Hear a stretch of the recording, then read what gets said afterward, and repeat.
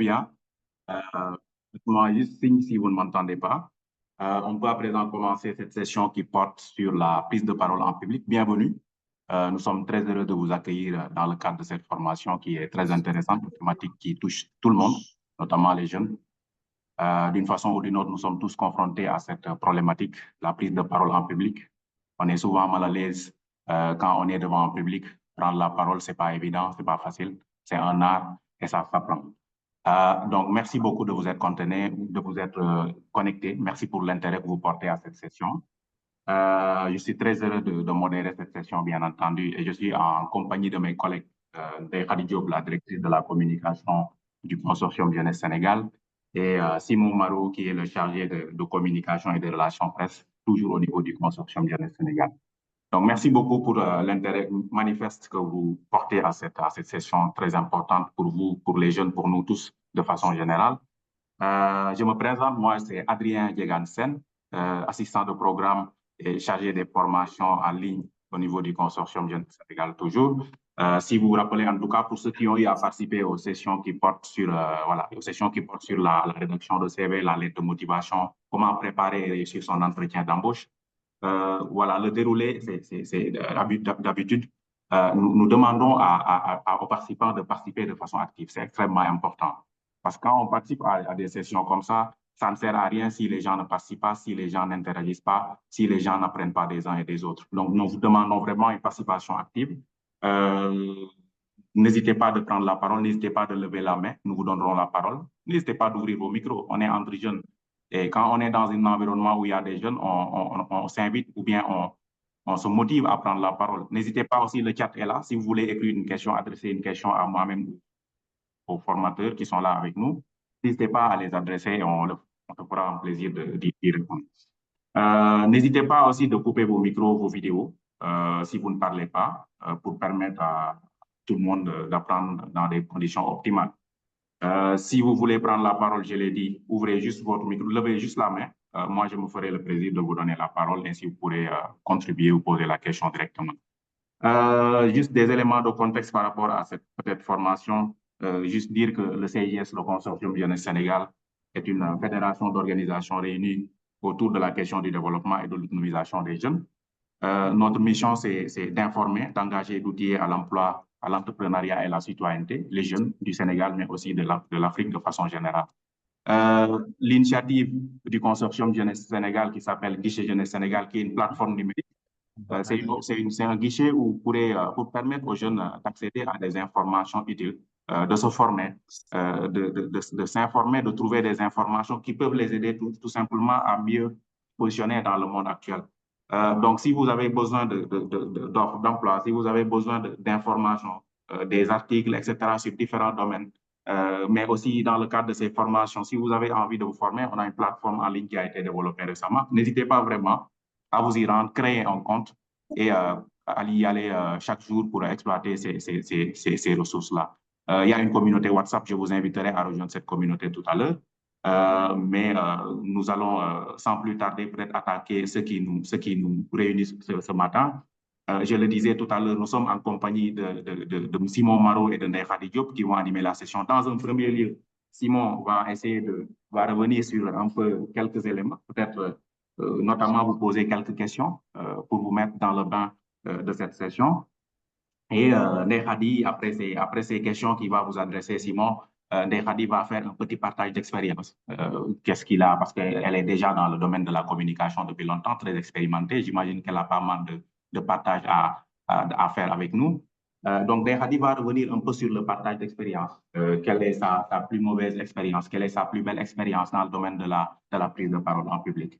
Après, Simon va revenir et moi, je me ferai le plaisir de lui transmettre les réponses que vous allez donner au niveau du chat. Donc, Simon, je l'ai dit, va adresser 2 questions et vous allez répondre au niveau du chat. Et après ça, moi, je lui transmettrai les réponses et en fonction des réponses qu'il va recevoir, il va faire une petite présentation sur la prise de parole en public, une sorte de formation en guillemets. Voilà un peu le déroulé qu'on propose ce matin. Donc, peut-être dans un premier temps, donner la parole à Simon qui va se présenter, juste pour le truc d'introduction. Et Ndeye Khady aussi fera la même chose, se présenter. Et on pourra démarrer la session. Merci beaucoup à tous. J'espère que ça vous va. Merci beaucoup. On s'excuse, tout le monde ne pourra pas se présenter. On est un peu nombreux, mais vous pouvez toujours vous présenter au niveau du chat. Simon? Bonjour à tous. Alors, Adrien, excuse-moi, je vais d'abord moi me présenter et puis après c'est Simon qui va se présenter. Comme ça, je Pas de coupe mon souci. micro et puis je gère la présentation si tu en es d'accord. D'accord. Je te remercie. Bonjour à tous. Donc, Adrien a royalement présenté l'objet de cette réunion, donc je ne vais pas revenir là-dessus. Juste vous dire que je suis Ndaye Hadi, je suis la directrice en charge de la communication et des communautés au sein du consortium Jeunesse Sénégal et je suis très heureuse d'être à vos côtés pour cette session d'information, formation, on va dire surtout de partage, parce que l'idée c'est ça, c'est de vous apporter un petit quelque chose et qu'ensuite vous aussi vous puissiez nous apporter quelque chose, parce que chacun a quelque chose à apporter à l'autre. Donc on est vraiment dans une logique de partage. Donc n'hésitez pas à poser des questions, n'hésitez pas à nous remonter vos suggestions, opinions, etc. On est là vraiment pour un moment de partage et pas pour juste de l'information descendante parce que pour le coup, sinon, c'est pas très intéressant. Donc voilà, je passe la parole à Simon. Merci à tous d'être présents. Merci, Merci Ndeye. Hadi, merci Adrien, bonjour à tous. Comme Adrien l'a dit, vraiment, c'est une formation qui concerne la prise de parole en public. Donc, on espère évidemment que vous n'hésiterez pas à participer et à prendre la parole, que ce soit sur le chat ou en fin de session directement. Merci Adrien pour les présentations. Donc, moi, je suis chargé de communication au CJS et des relations avec la presse. Pour commencer, et afin qu'avec Hadi, on puisse vraiment répondre à vos attentes, j'aimerais que vous nous disiez dans le chat dans quel cadre vous avez besoin, vous, de prendre la parole en public. Parce qu'on va le voir tout de suite, la prise de parole en public, c'est vraiment, ça touche tout le monde. Vous allez tous être amenés, quoi qu'il arrive, à prendre la parole en public, que ce soit dans le cadre familial, dans le cadre de vos études, dans le cadre professionnel, pour des réunions, des présentations, des examens, etc., etc. Donc, il ne faut pas se mettre la pression. Mais voilà, dites-nous, vous, dans quel cadre vous avez besoin de prendre la parole en public. La deuxième question qu'on va vous poser avant de démarrer, c'est de savoir quels sont pour vous les bons orateurs, qui sont pour vous des exemples à suivre. Voilà, ça va nous permettre d'orienter un peu cette formation et de savoir vraiment quelles sont vos attentes. Donc, comme je l'ai dit, la prise de parole en public, ça va vous toucher forcément à un moment ou à un autre. Donc, ça ne sert à rien de se mettre la pression. Vous allez tous passer par là et il n'y a pas de souci à se faire. Avoir le trac, être stressé, appréhender, c'est tout à fait normal. Et ce qui compte, même si à l'intérieur, on a un peu de trac, un peu de stress, c'est de donner l'impression à ceux qui vous écoutent qu'on est à l'aise, qu'on est confiant, qu'on est calme. Et pour ça, réussir ses interventions et gérer son stress, ça s'apprend. Il y a des techniques, il y a des astuces. Donc vraiment, le stress, il faut s'en servir plus comme de l'adrénaline et essayer de le retourner à son avantage et de voir ça comme un challenge plutôt que comme quelque chose qui va vous freiner. Tu peux passer au slide d'après.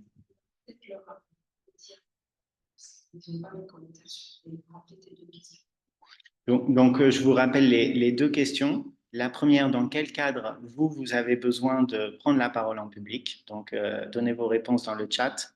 Et la deuxième, qui sont pour vous les modèles, les exemples à suivre, voilà, comme orateur. Donc, réussir à retenir l'attention, susciter l'intérêt de l'auditoire et le convaincre, c'est une question que les gens se posent depuis toujours. Et le premier à se l'être posé, le slide avec un reste. Ah non, c'est tes trucs d'abord. Mais sinon,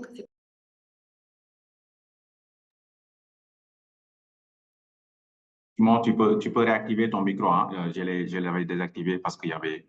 Voilà, tu peux désactiver ton micro.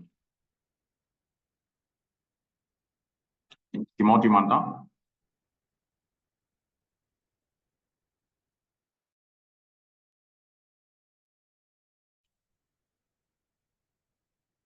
Dites-moi, est-ce que vous entendez bien Simon? Non, non. Alors, Simon Ndeye, si tu nous entends, tu peux juste signaler à Simon qu'on ne l'entend plus, que son micro a été coupé.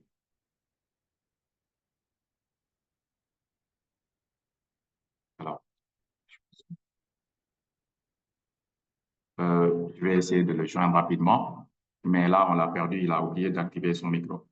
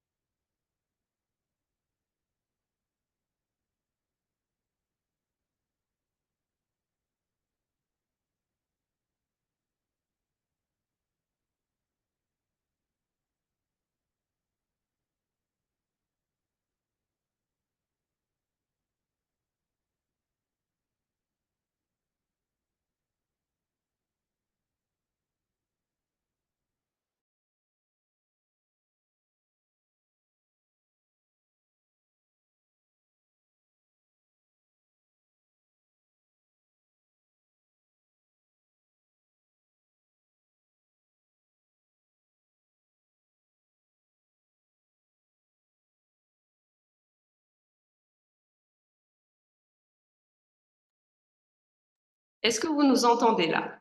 Voilà, super, parce que là, j'essayais même de vous joindre.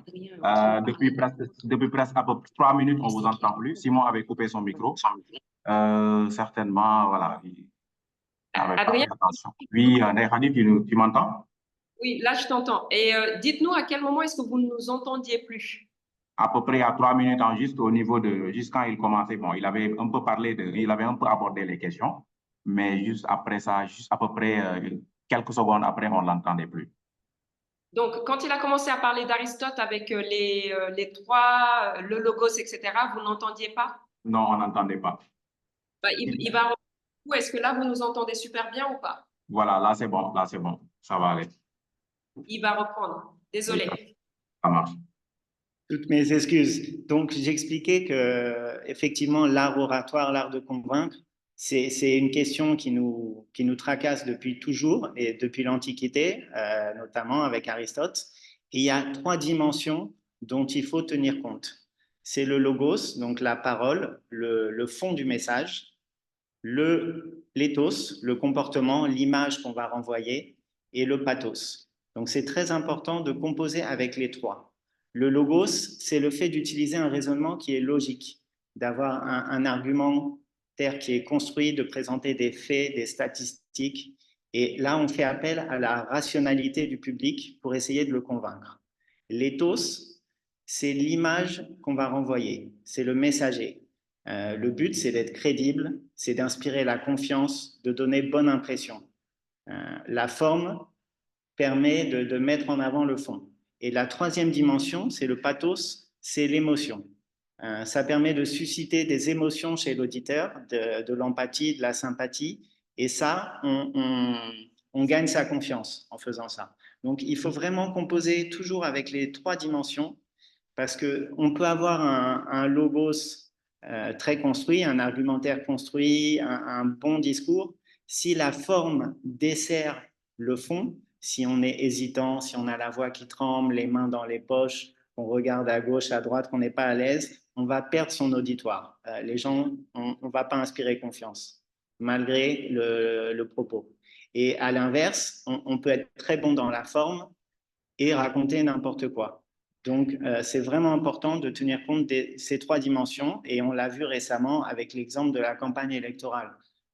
Parfois, quand on écoute des hommes politiques, certains sont très bons sur le fond, mais ils manquent d'assurance, ils n'ont pas la voix qu'il faut, ils n'ont pas l'attitude qu'il faut, ils ont un costume qui est trop grand pour eux, ils sont mal habillés, etc. Ils perdent en crédibilité. À l'inverse, il y en a qui sont très bons sur la forme mais qui peuvent raconter n'importe quoi. Donc, et il y a cette dimension aussi de toucher les gens. Et pareil, un homme politique, pour montrer qu'il n'est pas déconnecté, il va avoir besoin de susciter de l'empathie, de montrer aux électeurs qu'il fait partie aussi du peuple. Donc, c'est les trois dimensions qu'il faut prendre en compte. Voilà. Toutes mes excuses encore pour le problème de micro et je vais passer la parole à Hadi qui va vous partager ses expériences. Merci Simon.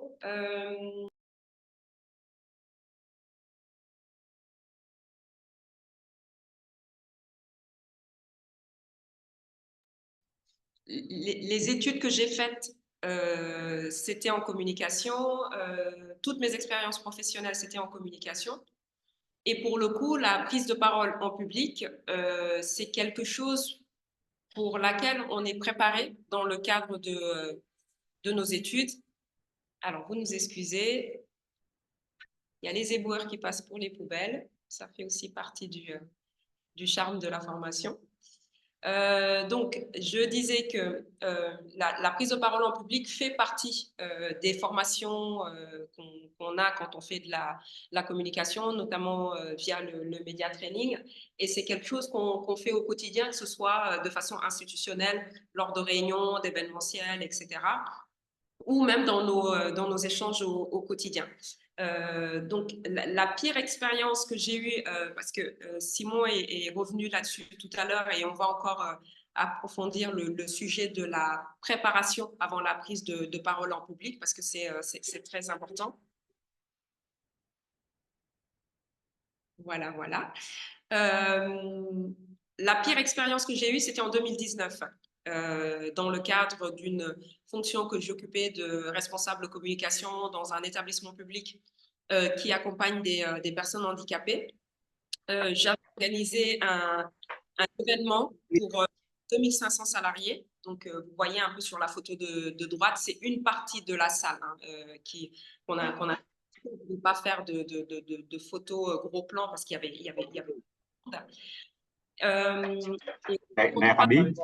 Nehadi, excuse-moi. Je demande juste aux apprenants s'ils voient bien ton écran parce que moi, je le vois en miniature. Voilà. Est-ce que tu peux agrandir un peu voilà, ta présentation parce que à mon niveau, c'est en miniature. Alors, moi, je suis en plein écran là. Ah ouais? Les autres, est-ce que vous voyez bien? Mettez un pouce si vous voyez bien. Super. Je pense que c'est bon. OK. Merci, Diarra. Excuse-moi, Ta présence, Diarra. Du coup, donc oui, ma pire expérience, c'était quand on parlait de préparation avant la prise de parole en public, parce que quand on parle de prise de parole en public, il y a le mot parole, mais il y a aussi le mot public. C'est qu'on est en face d'une ou plusieurs personnes et il est nécessaire de se préparer. Et ce jour-là, donc c'était en août 2019, donc le 31 août 2019, j'avais organisé un événement avec d'autres collègues pour tous les salariés de l'entreprise pour laquelle je travaillais. Et au lancement de l'événement, ça devait être fait, en fait, la prise de parole de lancement ou le discours de lancement devait être fait par le directeur général que vous voyez sur la photo de gauche, donc le monsieur avec les lunettes. Et en fait, c'est une personne qui est assez taquine, on va dire. Donc, le jour J, devant 2500 personnes, au lieu de lui prendre le micro et de faire le discours d'ouverture que je lui avais préparé en amont, avec tous les éléments de langage que moi j'avais en tête et que je lui avais mis sur un document, il m'a passé le micro et il m'a dit de faire le discours moi-même. Donc, je n'avais pas de notes. J'avais les choses effectivement dans ma tête, mais pas tout. Je n'avais rien imprimé du tout. J'étais en face de 2500 personnes dans une salle qui était hyper sonorisée, hyper lumineuse avec les lumières qu'on avait en plein visage et donc on n'arrivait même pas à distinguer les collègues qu'on avait en face de soi. Et donc ça a été la pire expérience que j'ai eue, même si j'ai des facilités au niveau de l'expérience, de l'expression en tout cas. Mais à ce moment-là, n'étant pas préparée, je ne m'attendais pas du tout à ce qu'on me donne la parole devant un événement d'envergure comme ça. Il y avait les partenaires qui étaient là, les partenaires financiers, institutionnels, etc. J'ai bégayé, j'ai bredouillé, j'ai essayé de broder autour pendant 5-10 bonnes minutes, mais ça a été les 5-10 minutes les plus longues de ma vie. Donc ça a été ma première expérience, même si j'ai le sourire sur la photo, j'étais super. Et il est important aussi, je pense, non seulement se préparer, mais aussi de pouvoir s'adapter aussi. C'est une chose qui va être importante dans la prise de parole en public, c'est que quand vous prenez la parole, soit c'est quelque chose que vous avez préparé, que vous avez calculé et vous avez tous les éléments, fond, forme, etc. et vous pouvez vous exprimer, ou alors ça peut être fait comme là, de façon inopinée. Donc il faut aussi parfois se préparer dans sa tête à ce qu'on vous passe la parole sur un événement, ou etc. et préparer en tout cas en amont autant que faire se peut les éléments de langage. Donc ça, c'était ma pire expérience que je souhaitais partager avec vous. La meilleure expérience, c'était il y a 2 semaines. Je remercie Diara, à qui je faisais coucou tout à l'heure pour la qualité de la photo. Donc, la meilleure expérience que j'ai eue, c'était dans le cadre de ma fonction actuelle de directrice communication et communauté pour le consortium Jeunesse Sénégal. Donc, pareil, c'est le même type d'événement organisé pour les professionnels, les membres du CJS. C'était un événement sur 3 jours où il fallait animer, avoir des temps institutionnels, des temps en atelier, etc. Et pour le coup, c'est un événement qu'on a préparé en amont avec les collègues pendant plus de 2 mois. Et où les éléments de langage ont été travaillés, les messages à faire passer ont été travaillés en amont. Et donc, on arrive, on est confiant, on a confiance en soi, on maîtrise son public, on maîtrise l'environnement, donc la salle dans laquelle on est, on maîtrise le matériel technique, donc tout ce qui est sonorisation, micro, etc. On a fait tous les tests en amont.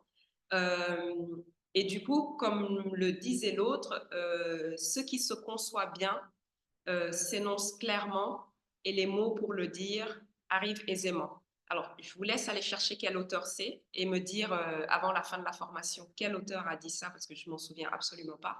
Donc, ce qui se conçoit bien s'énonce clairement et les mots pour le dire arrivent aisément. S'il y a vraiment une phrase à retenir de cette formation-là sur la prise de parole en public, c'est bien celle-ci.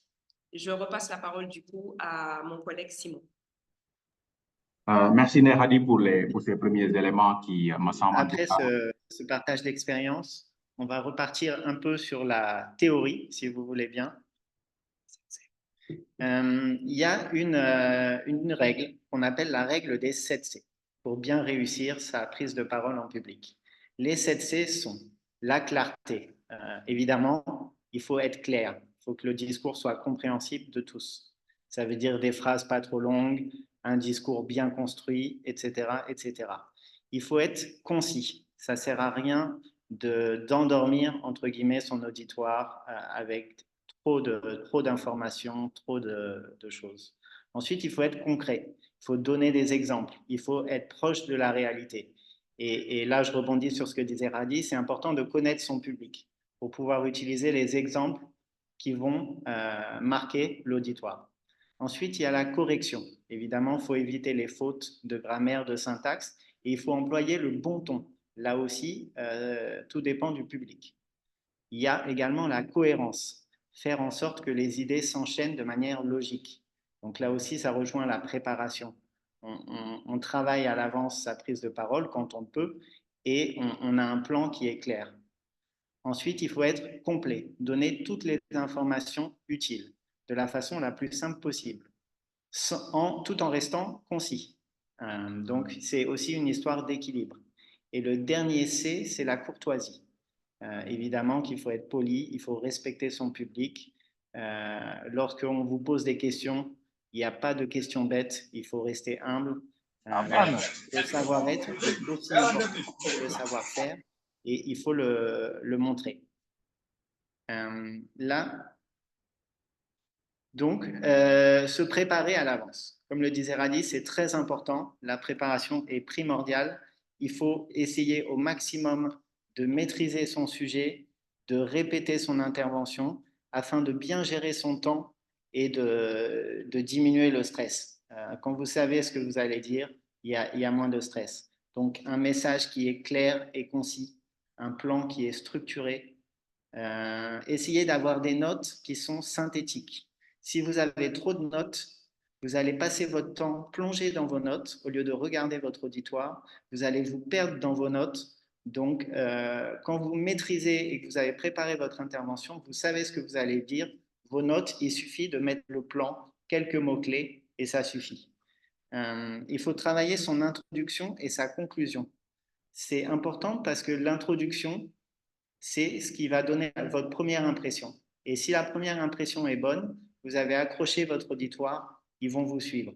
À l'inverse, si vous démarrez votre prise de parole, que vous ne l'avez pas du tout travaillé, que vous commencez à bégayer, bonjour, je suis très content d'être là, bon, je ne sais pas trop ce que je vais vous dire, vous perdez direct l'audience. Donc, travaillez une intro et pareil pour la conclusion. C'est la dernière impression que vous allez donner, autant qu'elle soit bonne. Préparer aussi, ça aide à gérer son temps. On sait qu'on va, enfin, dans certains cas, on sait qu'on va avoir un temps donné. Tout à l'heure, sur les réponses, je voyais que certains ont besoin de s'améliorer pour la prise de parole dans le cadre de leurs études, pour des présentations lors d'examens. Vous savez que vous allez avoir, par exemple, 30 minutes devant votre auditoire. Il faut respecter ce temps. Si vous êtes trop long, vous prenez le risque qu'on vous coupe avant la fin et vous n'aurez pas pu dérouler votre thèse jusqu'au bout. Donc, c'est très important de gérer son temps. De connaître son public pour s'adapter à lui, ça c'est très important et c'est la première question qu'il faut vous poser. À qui je vais parler? Quelles sont leurs attentes? Et donc, comment je m'y prends? Et évidemment, il faut maîtriser la langue dans laquelle on s'exprime au mieux. Au Sénégal, certains pourront être plus à l'aise en Wolof qu'en français. Quand le cadre le permet, il ne faut pas se forcer à prendre la parole en français parce qu'on se dit que ça va faire mieux, que ça va faire plus sérieux, que ça va faire plus lettré. Dans la plupart des cadres, vous pouvez tout à fait vous exprimer en Wolof. Donc, il ne faut pas aller contre sa nature. Voilà. Et ensuite, pour servir le fond, il faut mettre la forme. La forme au service du fond. Donc, le regard. Tout à l'heure, j'y faisais référence quand je vous parlais de vos notes. C'est très important de regarder l'autre. Ça permet de l'embarquer avec vous.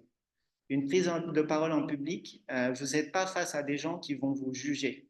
Le but, c'est que tout le monde en sorte grandi. Voilà, c'est du partage d'expérience. On est ensemble. L'auditoire, s'il est venu vous écouter, c'est qu'il attend des choses. Donc, il espère que votre prise de parole sera réussie. C'est pas quelqu'un qui est contre vous. Donc, ça, il faut s'enlever cette pression inutile.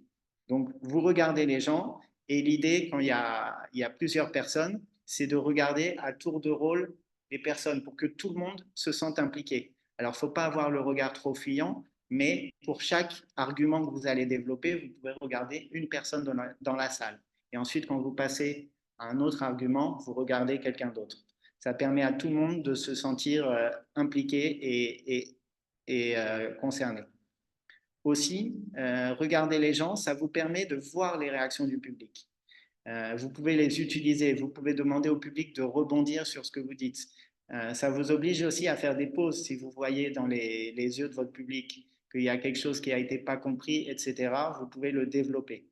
Donc, ne soyez pas dans votre bulle, la tête dans vos notes, et soyez avec le public qui vous écoute. Ensuite, il y a la posture. Évidemment que si vous avez une posture complètement avachie, etc., vous perdez en crédibilité et en sérieux. Donc, c'est important d'être droit, c'est important de ne pas avoir les mains dans les poches, de ne pas trembler, d'être à l'aise, vous libérez vos mains, etc. Occupez l'espace. Pareil, pas dans tous les sens et pas n'importe comment. Mais si vous regardez bien des discours, des présentateurs à la télé, etc., vous verrez, ils se tiennent droit, ils parlent avec les mains, etc., etc. C'est important aussi de bien articuler. Évidemment, de temps en temps, quand on a un peu de stress, un peu peur de parler en public, on a tendance à aller trop vite parce que quelque part, on veut se débarrasser au plus vite de cette intervention. Ce n'est pas une bonne technique. Prenez votre temps, de temps en temps, même marquez des silences pour que les gens aient le temps aussi d'enregistrer et bien articuler, voilà, pour être audible, pour être clair. C'est important de bien respirer. Pareil, avec le stress, De temps en temps, on a tendance à respirer avec la cage thoracique. Du coup, on respire trop vite et on perd son souffle. Et au bout d'un moment, on va manquer de souffle et ça va se ressentir et les gens vont voir que vous n'êtes pas à l'aise. Donc, essayez du mieux que se peut de respirer avec le ventre et d'avoir une respiration assez lente, assez calme. Ça vous permet d'être plus relax. Tout à l'heure, je l'ai un peu évoqué avec le regard, c'est très important de privilégier l'interactivité, la relation avec l'autre. Il faut aller le chercher. Ce lien, c'est très important parce que le but d'une prise en parole en public, c'est de transmettre votre message à l'autre. Donc, il faut créer du lien avec l'autre. Voilà. N'hésitez pas, si vous avez des questions. Adrien, je ne sais pas si tu as eu le temps de noter des questions, des remarques. Je te rends la parole quelques instants. Oui, Simon, merci beaucoup. Vous m'entendez bien? Tu m'entends bien, Simon? Est-ce que vous m'entendez bien? Moi, je t'entends parfaitement. Super. Donc, par rapport aux questions que tu avais posées en amont, merci déjà, Simon Ndeykhadi, pour les éléments très intéressants et j'imagine que les apprenants ont commencé à saisir pas mal de choses dans le cadre de la prise de parole. Je pense que par rapport aux questions que tu avais posées, il y a quelques retours quand même. Je peux te faire part de ces réactions. Alors, il y a Fatou Kanji qui dit que pour moi, c'est dans le cadre professionnel pour présenter des réunions, faire des dialogues communautaires. Natalia Bayan, moi, c'est dans le cadre professionnel toujours. Quand je dois animer un atelier. Aboubacar Ba, lui, qui dit que pour moi, pendant les réunions, faire la présentation et parfois je stresse. Il y a quelqu'un qui ne s'est pas renommé iPhone. Bonjour, moi c'est George. Je dois faire une présentation de mon mémoire bientôt, mais j'ai d'énormes problèmes pour être en face de quelqu'un et parler correctement. Merci. Il y a Ba, moi c'est dans le cadre des études, présenter mon mémoire. Aliou Baldé, je me suis connecté, mais mes leçons, bon, là, il n'a pas posé une question. Alors, Sidi Koudiaby qui dit, mon problème, c'est que je n'arrive pas à parler en public. Et Abdou Karim Khan qui dit, la prise de parole en réunion, dans les conférences, etc. Faut-il se déplacer durant la prise de parole? Paul Ndiaye qui pose cette question, bien entendu. Donc, tu as quelques retours, Simon, par rapport aux questions préliminaires que tu avais posées. Et, généralement, on voit que les jeunes disent qu'ils ne peuvent pas, qu'ils ont des soucis pour prendre la parole dans le cadre de réunions, de conférences, tout justement présenter un document en mémoire, etc. Je pense que c'est le problème qui revient le plus souvent, en tout cas si on prend en compte les retours au niveau du chat. Et peut-être la dernière question, comme je l'ai posée tout à l'heure, qui a été posée par Paul Ndiaye, faut-il se déplacer durant la prise de parole? Voilà, c'est pour les quelques éléments, en tout cas les premières interpellations que tu as. Super. Du coup, je vais rebondir, Adrien, sur les questions qui ont été posées. Est-ce que là, vous m'entendez bien? C'est parfait, Ndeykhadi. Super. Alors déjà, merci à la personne qui a trouvé que c'était Boileau qui avait conçu cette belle citation sur la prise de parole. Merci, merci à toi d'avoir fait la petite recherche et de nous en avoir informé. Je vais aussi rebondir sur un commentaire qui a été fait sur la question de, selon vous, quel est le meilleur orateur? Et cette personne a cité Barack Obama. Et j'ai trouvé l'exemple très, très pertinent parce que je l'avais moi-même noté dans le cadre de la préparation de cette formation-là. Pour vous donner quelques informations sur la prise de parole de Barack Obama, quand on parlait de se préparer, même les plus grands se préparent et surtout se forment. Barack Obama a eu une formation spécifique sur la prise de parole en public via une association qui s'appelle Toastmaster. Donc Toastmaster. Donc toast comme le sandwich et puis master comme la formation. C'est une association qui existe depuis plus d'une centaine d'années maintenant. Ils ont plus de 20 000, je pense, sous-associations à travers le monde. moi, j'ai moi-même assisté à leurs réunions. Habituellement, c'est des jeunes qui se réunissent, qui créent l'association Toastmaster dans leur quartier, dans leur ville, dans leur école, et qui se forment dans le cadre de cette association-là sur la prise de parole en public. En fait, le leitmotiv de Toastmaster, c'est bâtir son leadership par la prise de parole en public. Donc, la plupart des cadres, des avocats, des grands médecins qui prennent la parole, ils sont souvent passés par Toastmaster. Euh, En préparant cette formation, j'ai fait quelques recherches. Il existe Toastmaster au Sénégal. Euh, L'Institut français propose des formations dans le cadre de Toastmaster, mais c'est des formations payantes. Je vous invite plutôt à regarder sur les réseaux sociaux parce qu'il y a des démembrements de Toastmaster au Sénégal et qui sont normalement gratuites parce qu'en fait, c'est une association internationale, mais à but non lucratif. Et l'objectif de cette association-là, c'est vraiment d'aider ses membres à améliorer leurs compétences en matière de communication et de leadership par la prise de parole en public. Donc, Barack Obama est passé par Toastmaster et en fait, Toastmaster, pour vous donner un exemple de quand ils se réunissent, ils sont à peu près une petite dizaine. D'habitude, ils se réunissent dans des cafés ou dans des endroits ouverts qu'ils privatisent. Et ensuite, dans cette réunion-là, le soir, qui dure à peu près entre 1h30, 2 heures, c'est habituellement en after work parce que la plupart des gens y travaillent. On va désigner le président de la séance. On va désigner le grammairien. Donc, c'est celui qui, quand on va définir le sujet de la soirée, cette personne-là, le grammairien, va aller chercher les fautes d'orthographe, les fautes de syntaxe, etc. Dans le groupe, il y a un timekeeper qui est désigné. Dans le groupe, il y a quelqu'un qui ne va faire que cibler les gestuels, une autre personne qui va cibler le fond, etc., etc. En fait, chacun a un rôle à jouer et ça tourne. Et c'est une excellente école qui, pour le coup, est gratuite pour se former sur la prise de parole en public. Donc, je vous invite vivement à aller voir sur Internet, en fonction de la région dans laquelle vous êtes, s'il y a un club de Toastmaster et s'il n'y en a pas, pourquoi pas ne pas le créer vous-même.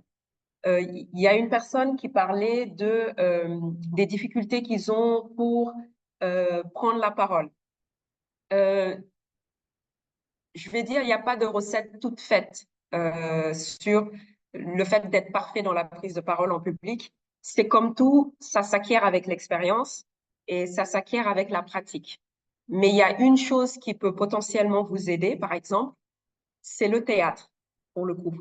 Parce qu'avec le théâtre, on apprend sur le fond, donc à mémoriser un texte, à le déclamer et à le déclamer en le faisant sous forme de prestation, donc avec une prestance, une façon d'occuper l'espace qui est à nous, une façon de s'exprimer auprès du public pour attirer son attention et qu'il garde les messages qu'on a à lui faire passer.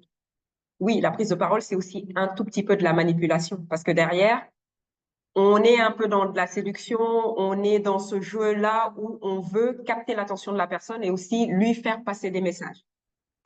Et donc, le théâtre aide beaucoup dans ça. Et si vous habitez dans les environs de Guédiawaye, au niveau du siège du consortium Jeunesse Sénégal, donc nos locaux sont basés au niveau du CEDEP.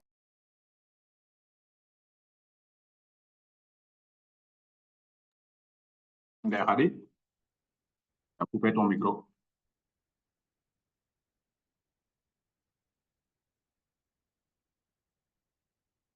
Simon, est-ce que vous nous entendez, Ndeye? Hop, je le remets. Là, vous m'entendez? Là, c'est bon, oui. OK. À quel moment est-ce que ça a coupé, s'il te plaît, Adrien? Consortium Jeunesse Sénégal, on est situé à Guédiawaye, au Pénal-Nimzat, je pense. OK, super. Donc, il n'y a pas eu grand-chose. Donc, je disais, on est basé au niveau du CEDEPS de Guédiawaye, à côté de la mairie de Ouarina Nimzat. Et dans nos locaux, on a une scène qu'on peut mettre à disposition pour les jeunes qui ont des associations et qui travaillent autour du monde de l'art, donc de la musique, du théâtre, de la danse, etc. Donc, si vous n'avez pas de lieu où vous pouvez venir vous entraîner, faire du théâtre, etc., nous, on a des locaux adaptés, on a du matériel adapté aussi, tout ce qui est audio, son, etc. On a une bonne régie et puis un professionnel, Ziggy, qui peut vous accompagner là-dessus. Donc, n'hésitez pas si vous avez envie de faire du théâtre ou même de la danse, etc., parce que ça participe aussi à se libérer. Dans ce cas-là, vous pouvez venir dans nos locaux. C'est fait de façon gracieuse, vous n'avez rien à payer et on vous les met à disposition avec plaisir. Pareil, toujours pour rejoindre la personne qui disait qu'elle a des difficultés pour s'exprimer en public. En fait, la première difficulté, c'est de gérer ses émotions. C'est la gestion du stress et la gestion de ses émotions. Alors, il faut se rassurer sur une chose, c'est que ce n'est pas une tare. Si on ressent des émotions, c'est qu'on est humain et qu'on est sensible, donc c'est une bonne chose. Après, l'idée, c'est de savoir comment est-ce qu'on gère ça quand on est face à un public et qu'on a un message à faire passer. L'idée, c'est de canaliser cette émotion-là. Ce n'est pas de la maîtriser, parce que c'est ce que je disais, on est humain. Ce n'est pas non plus de l'inhiber, mais de la canaliser, de faire en sorte, en tout cas, de s'en servir à bon escient, parce que transmettre aussi de la sensibilité, c'est une bonne chose, c'est transmettre aussi de l'empathie. Les petits tips qui peuvent vous aider là-dessus, l'ordre du personnel. Vous connaissez, vous savez à peu près comment vous fonctionnez. Il y a certaines personnes qui vont boire beaucoup d'eau avant, d'autres qui vont avoir un petit objet personnel, affectif, fétiche qu'ils vont avoir avec eux.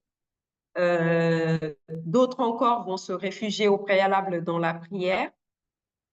D'autres vont prendre de la vitamine C, du Red Bull pour se donner de la contenance, etc. Donc, c'est vous qui faites le choix de ce qui peut vous aider à, en tout cas, gérer ce moment d'émotion-là que vous pouvez ressentir. Après, sur le moment, ce qui peut aider, c'est peut-être de fixer un regard familier si vous avez quelqu'un dans le public que vous connaissez, qui vous est familier, etc. De temps à autre, regardez cette personne-là, ça peut rassurer. Balayer la scène du regard aussi, donc ne pas s'apesantir sur les personnes qui vous regardent, ça peut vous aider, etc., etc. On peut aussi essayer de contrôler sa respiration, parce que parfois, quand on est stressé, effectivement, on a le cœur qui bat vite et la respiration, elle devient saccadée, les mains sont moites, on tremble un peu, etc.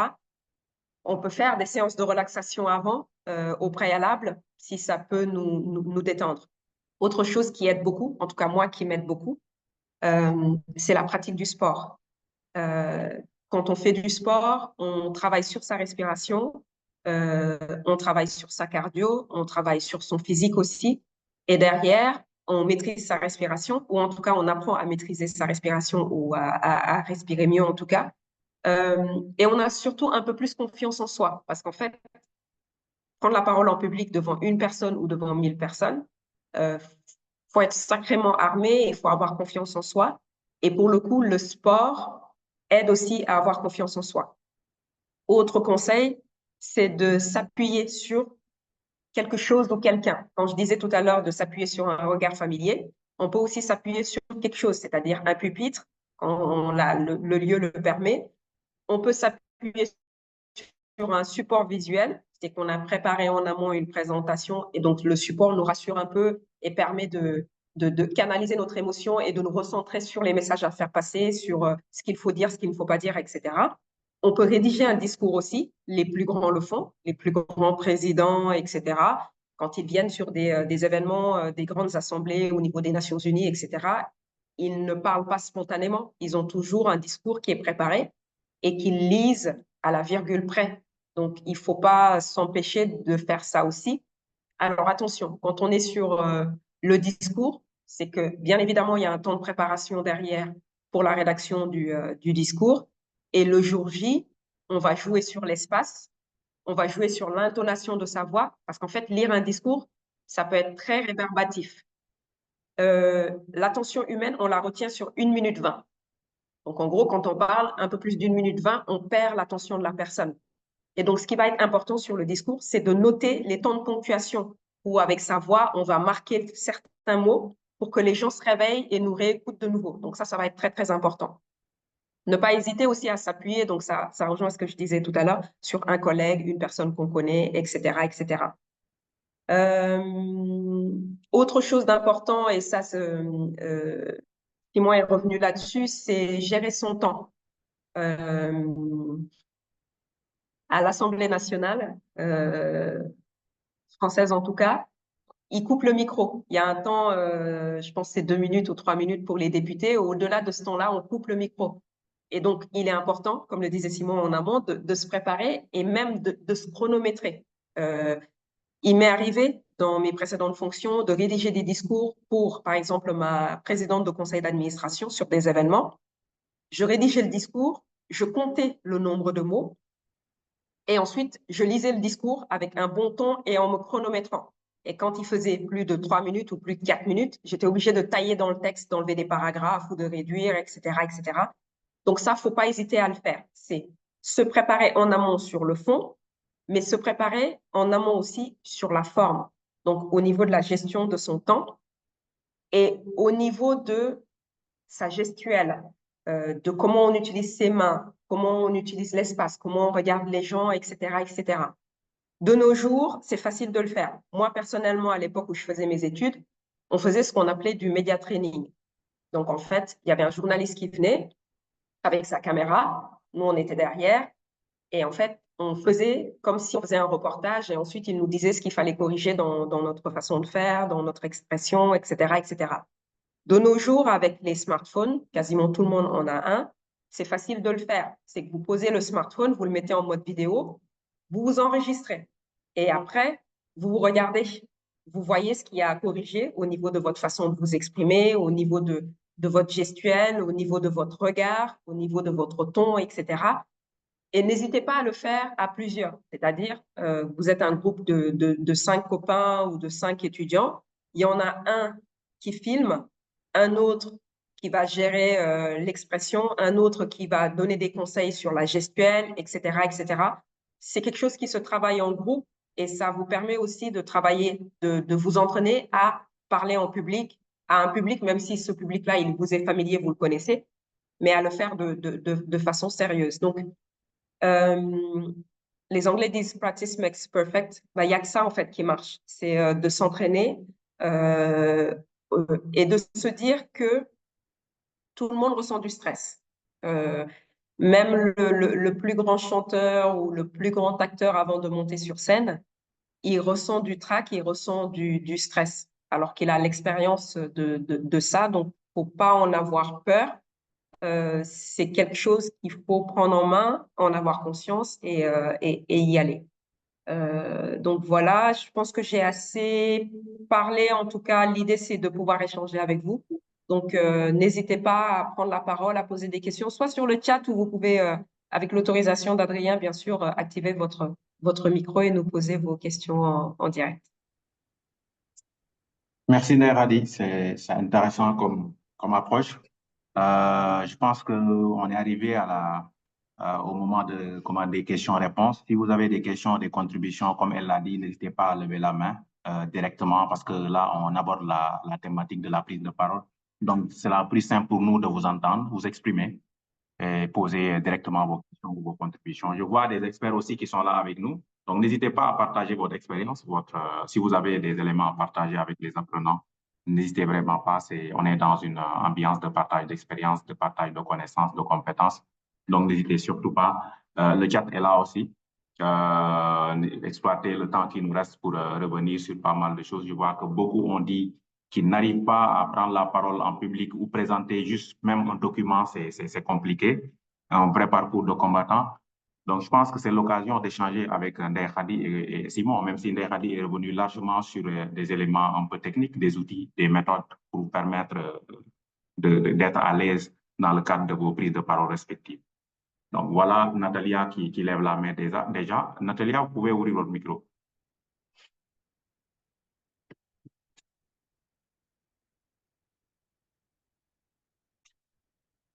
Vous pouvez ouvrir votre micro, Natalia, si vous m'entendez. Je vois que vous avez levé la main.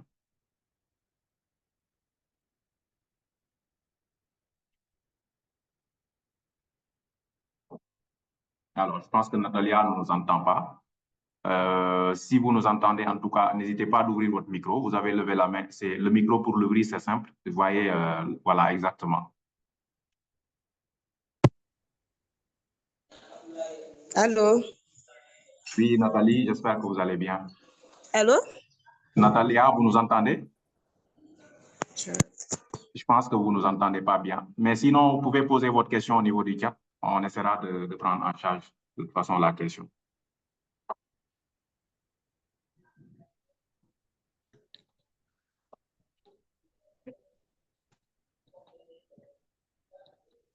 Alors, est-ce qu'il y a d'autres interventions ou bien Simon et Fadi ont été très clairs en termes de partage d'outils, de méthodes euh, relativement à la session qui nous réunit ce matin?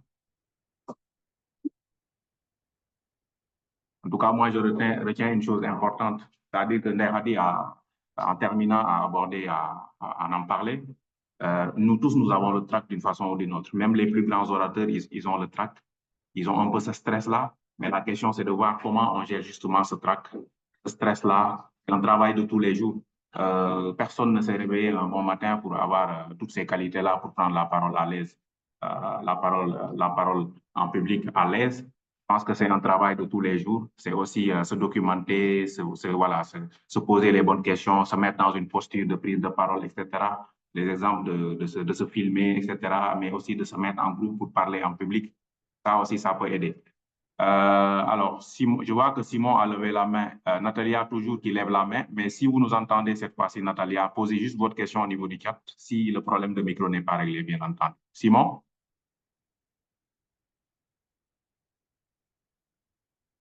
Simon, on ne t'entend pas bien. Il faut juste activer le micro. Oui, là, tu m'entends, Adrien? Oui, c'est bon. Parfait. Je souhaitais, en attendant quelques questions, rebondir sur ce que disait Naïradi. Euh, Déjà, on a tous des émotions, comme elle l'a dit. Ce qui peut aider, c'est de les évacuer aussi durant la prise de parole. Euh, Si vous êtes stressé, vous pouvez dire au début de votre intervention, je suis ravi d'être devant vous, vous êtes très nombreux, je suis content, c'est un peu de stress aussi. Ça permet d'évacuer. Alors évidemment, il faut le dire en étant à l'aise, mais on peut évacuer ces émotions. Ça peut aider plutôt que de les garder sur soi. Ça, c'est la première chose que je voulais ajouter. D'autres choses aussi, des petits conseils. Autant arriver en avance quand on a une présentation importante à faire, etc. Ça sert à rien de se rajouter du stress en arrivant à la dernière minute, on court dans les transports, etc. Tu arrives, tu transpires, tu as à peine le temps de t'installer. Arrivez en avance, prenez votre temps. Ça permet déjà de ne pas rajouter du stress au stress. Ça permet de repérer les lieux, de prendre ses marques, de voir la salle, de voir un peu votre auditoire, éventuellement de saluer quelques personnes. Vous serez plus tranquille. Autre petit conseil un peu bête, mais bien se reposer avant.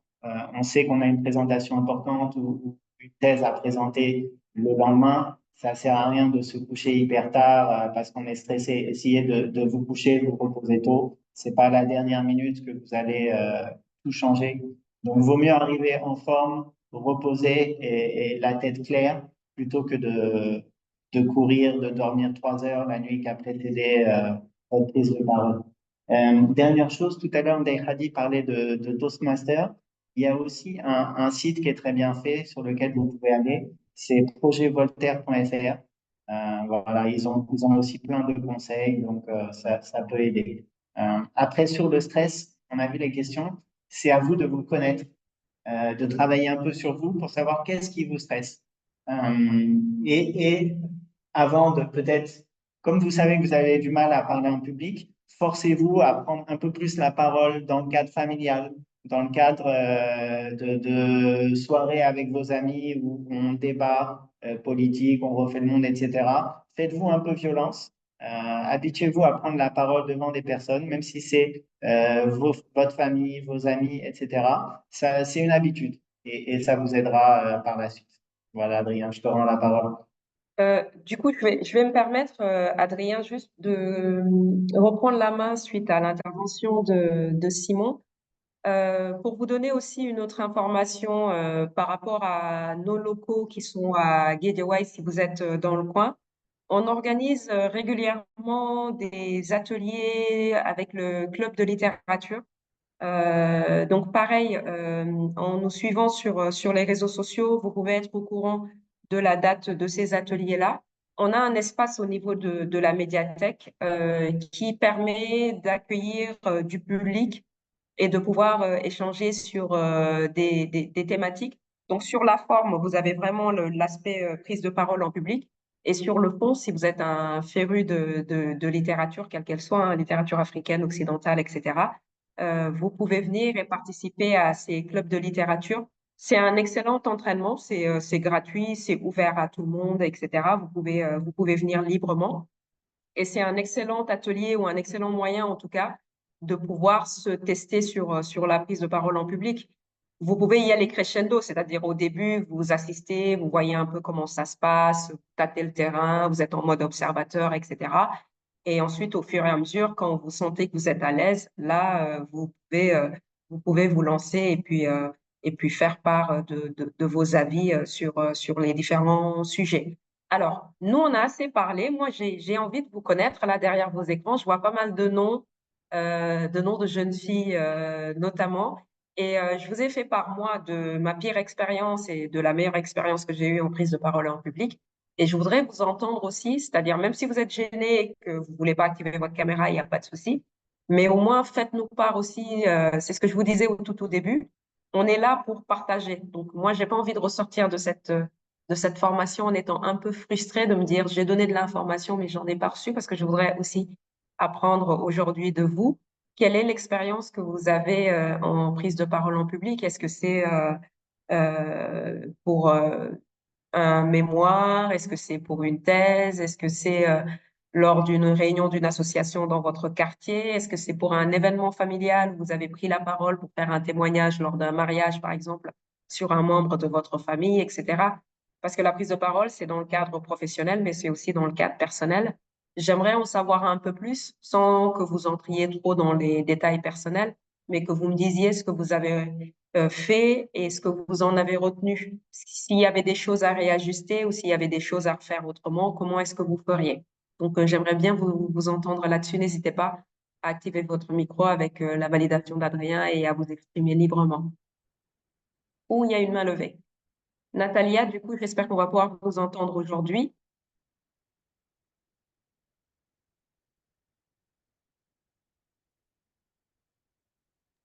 Alors, il faut désactiver votre micro. Bonjour. Oui, bonjour Natalia. Bonjour, comment vous allez? Ça va très bien. Et vous? Ça va, je vais très bien. Formidable. Cette fois, Oui, allô? j'ai dit cette fois, c'est bon, le micro. C'est moi. Ouais. D'accord. Je voulais vous remercier pour la formation.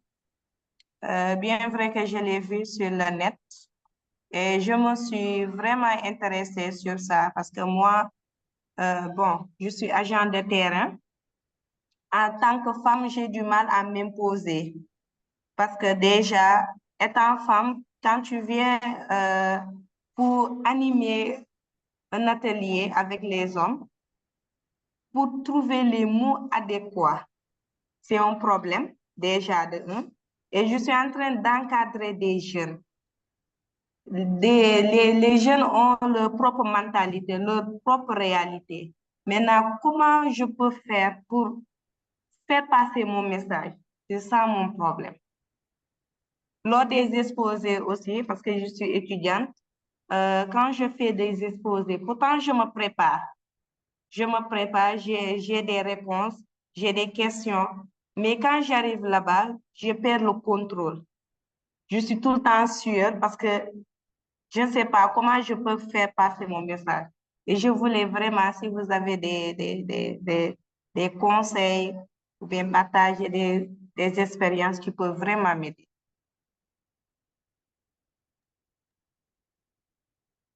Excellent. Allô? Excellent, Natalia. Ndeye Khady, Simon, est-ce que vous voulez intervenir sur la question ou on prend d'autres questions avant? Je peux répondre, il y a pas de souci. Alors, Nathalie, déjà, merci d'avoir posé la question, d'avoir participé à la formation. Et merci pour l'intérêt, en tout cas, que tu portes à ce que nous disons. Déjà, te dire bravo pour dispenser des formations et prendre la parole en public. Donc, tu es dans une phase où effectivement tu expérimentes cela. Là, tu t'es exprimé, tu t'es bien exprimé. Ta question, elle était claire. Donc, pour moi, il n'y a, en tout cas, quand tu t'es exprimé, je n'ai pas ressenti de stress ou de trac.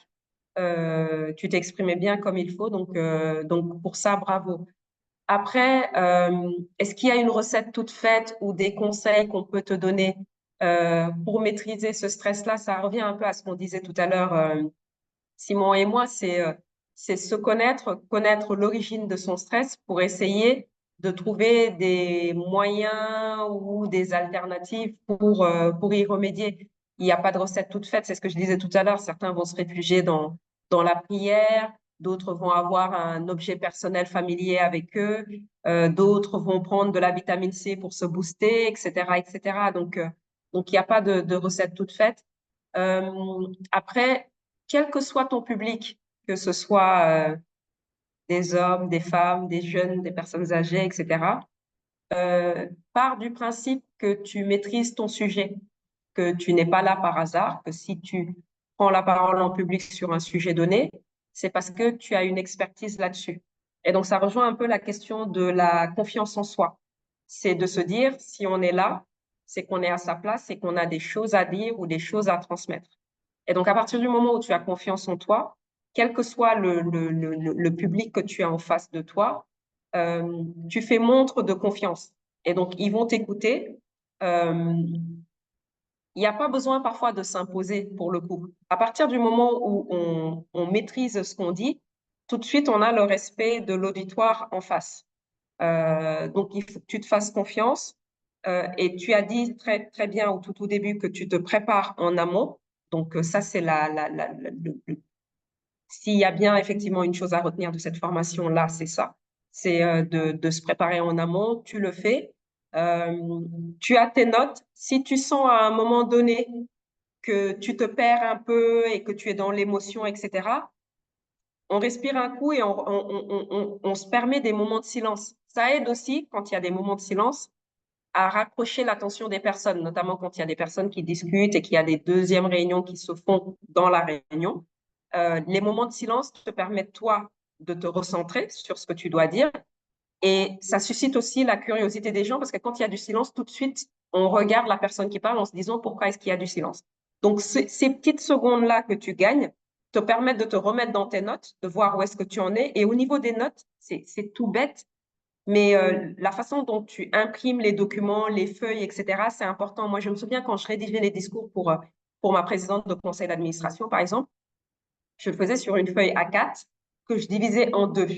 Et donc, elle ne se retrouvait pas avec des grands papiers qu'elle tournait, etc. Je mettais une bonne numérotation. Et en fonction de là où elle était située, si c'est un pupitre, une table, etc., elle savait quelle page elle devait tourner et où est-ce qu'elle en était quand elle était interrompue par une question, etc., etc. Donc, déjà, physiquement, structure l'endroit où tu es par rapport à tes prises de notes et prends le temps quand il faut, même si c'est quelques secondes, de faire des moments de pause, de silence, où tu te remets dans tes notes, tu recentres un peu tes idées et ensuite tu repars de plus belle. Donc, je ne sais pas si Simon veut compléter. Oui, je peux compléter un tout petit peu. Peut-être aussi, si c'est le fait d'être une femme qui parle devant des hommes ou devant des jeunes hommes qui te stressent, qui t'embêtent, tu peux aussi évacuer ça dès le début de ton intervention, jouer sur le ton de l'humour d'une manière un peu audacieuse. Et oui, tu poses ça, oui, je suis une femme. Certains d'entre vous sont peut-être un peu surpris. Voilà. Mais comme l'a dit Radi, si c'est toi qui as la parole devant ce public, c'est que tu es légitime pour le faire. Donc, dès le début, tu évacues ça. Oui, je suis une femme, mais c'est parce que j'ai fait ça dans la vie, que j'ai cette expérience-là, que je suis là devant vous. Pas d'une manière frontale, tu vas pas au clash avec le public, tu n'as pas à te justifier, mais par contre, ça te permet d'évacuer ça et de jouer sur l'humour, comme je le disais, et au moins comme ça, les choses sont claires et ça te permet de dérouler ensuite ton cours. Voilà, je redonne la parole à Adrien, voir s'il y a d'autres questions. Merci Simon. Merci Nder Hadi pour ces éléments aussi. J'imagine que ça a beaucoup servi aux apprenants. S'il y a d'autres interventions, d'autres questions, je vois Paul Ndiaye, je vous vois la dernière fois, vous nous aviez fait un très bon partage. N'hésitez pas en tout cas à nous faire part de vos impressions. Fatih Kandji. Adrien, excuse-moi, avant Fatih, il y avait Abou Bakriba qui a levé la main dans les messages. OK, Abou Bakri, si vous êtes là, après Fatih Kandji alors. Merci Nder Hadi. Abou Bakri. Oui, bonjour. Bonjour. Vous m'entendez? Oui, Très bien. c'est parfait.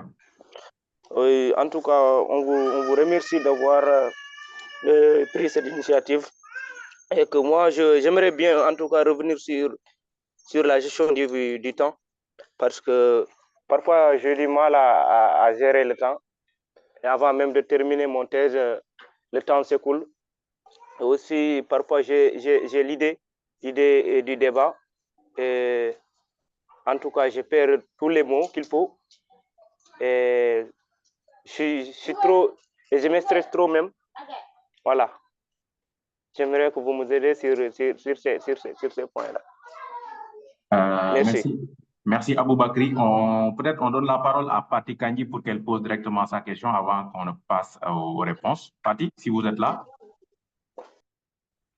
Bonjour tout le monde. Bonjour. Je vous remercie pour la présentation d'abord.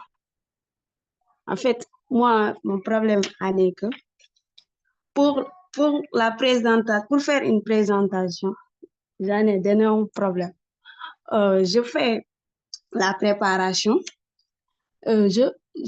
D'abord, pour commencer, je fais la préparation. En étant seule, je fais des exercices et tout ça, et ça se passe bien.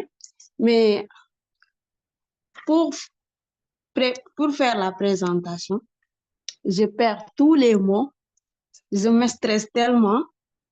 Vraiment, j'en ai besoin de quelques conseils pour ça.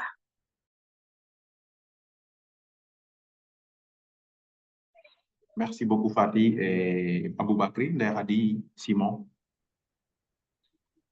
Après François, on vous donne la parole bien entendu. Merci Adrien. Alors, je vais commencer par Abou Bakri sur la gestion du temps. Ce qui est le plus simple, c'est de se dire combien de temps est-ce que j'ai pour faire ma présentation. Admettons que tu dois présenter ta thèse ou ton mémoire. On sait que ça dure à peu près, alors moi c'était il y a quelques années maintenant, mais je pense que ça durait 1 heure ou 1 heure et demie. Sur ce temps-là, il y a le temps d'introduction, il y a le temps où vraiment tu es sur la phase développement de ton sujet, et ensuite tu es sur la partie conclusion, et ensuite tu as tes enseignants, professeurs qui sont sur un temps de questions-réponses avant de faire la conclusion finale de la thèse. Donc en gros, tu as 4 temps. Tu as 4 temps, tu as 1 heure et demie. Ces 4 temps-là, tu les divises par rapport à ton temps global. C'est de se dire, je fais 5 minutes d'introduction, formule de politesse, mots de bienvenue, et ensuite je lance le sujet, je me laisse 5 minutes. Ensuite, 10 minutes peut-être pour le développement et peut-être 5 minutes à la fin de conclusion. Et à partir du moment où tu divises ce temps-là, quand on parlait tout à l'heure de préparation en amont, l'avantage je te donne l'exemple de la thèse ou de soutenir un mémoire de maîtrise, c'est qu'on a la date en amont. On sait qu'on va soutenir dans 1 mois ou dans 2 mois, donc ça nous laisse justement le temps de nous préparer. Et ce temps de préparation-là, il faut l'exploiter à fond. Et l'exploiter à fond, c'est pouvoir préparer son sujet, préparer ses éléments de langage, Et je dis bien préparer ses éléments de langage parce qu'on ne peut pas parcuriser un texte pour le coup et puis le déclamer, mais vraiment se dire, il faudrait impérativement que telle phrase ou tel mot ou tel mot-clé revienne dans mon intervention et donc bien les noter. Et ensuite, au niveau de la gestion du temps, c'est se chronométrer et ne pas hésiter vraiment à faire cet exercice-là, de mettre un chrono et de faire une présentation fictive, entre guillemets, pour s'évaluer là-dessus. Ce temps-là qu'on perd en préparation, on le gagne nécessairement le jour J. Et le public que tu vas avoir en face de toi ou les professeurs que tu vas avoir en face de toi vont voir que tu t'es préparé en amont, aussi bien sur le fond que sur la forme. Parce que ça se voit tout de suite quand on arrive et qu'on ne s'est pas présenté, qu'on ne s'est pas préparé. Simon l'a dit en amont. Quand on bégaye, quand on bafouille, quand on n'est pas à l'aise avec son corps, quand on n'est pas à l'aise avec l'espace, c'est qu'on ne s'est pas préparé. Donc, il faut vraiment prendre l'économie de ce temps-là de préparation parce on le gagne par ailleurs sur son public ou sur le moment où on fait sa présentation. Fatih, bah, ta question, elle rejoint un peu celle de Natalia et du coup, je vais te servir la même réponse. C'est se connaître pour gérer ses émotions. C'est très, très important. Après, quand tu dis que tu perds parfois les mots, moi, il y a quelque chose qui m'a énormément aidé pendant mes études, c'est la lecture. Je lisais énormément. J'ai commencé à lire très, très jeune. Quand j'étais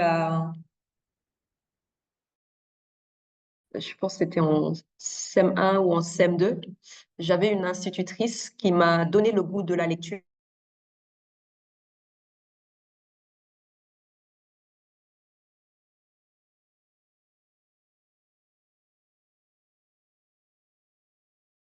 Ndayali, tu es là? Simon, si tu nous entends, tu peux lui dire qu'on n'entend plus très bien.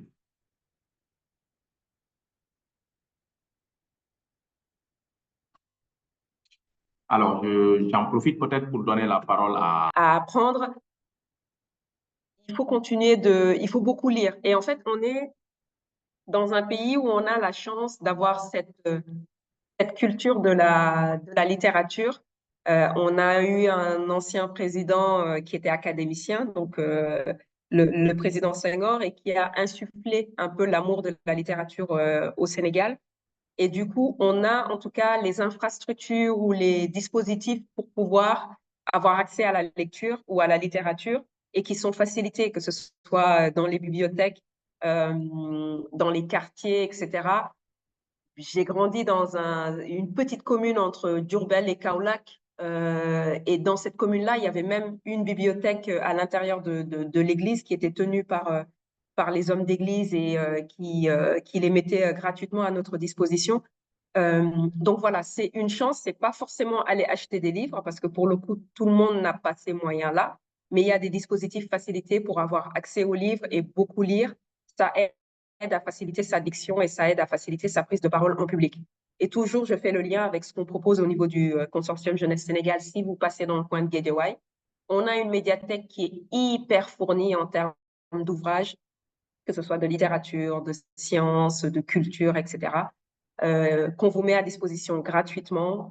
N'hésitez pas à aller voir les collègues. Je fais un coucou à Anta et à Fatou Mangone, en l'occurrence, qui sont les collègues qui tiennent la médiathèque et ce lieu-là. N'hésitez pas à y aller, à prendre les livres et beaucoup lire et continuer de lire. C'est pas parce qu'on sort du statut d'étudiant qu'on est dans la vie active, qu'on est pris par sa vie personnelle, sa vie familiale, le travail, etc.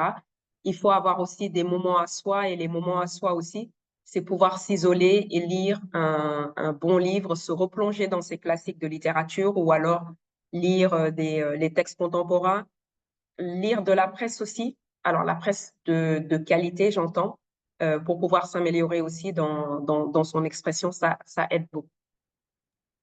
Merci Ndayali pour ces éléments. Simon, bien entendu, je vais te donner la parole dans un instant, mais je propose qu'on prenne les questions de François Claver. François Claver, si tu es là, après Seynabou Ndiaye.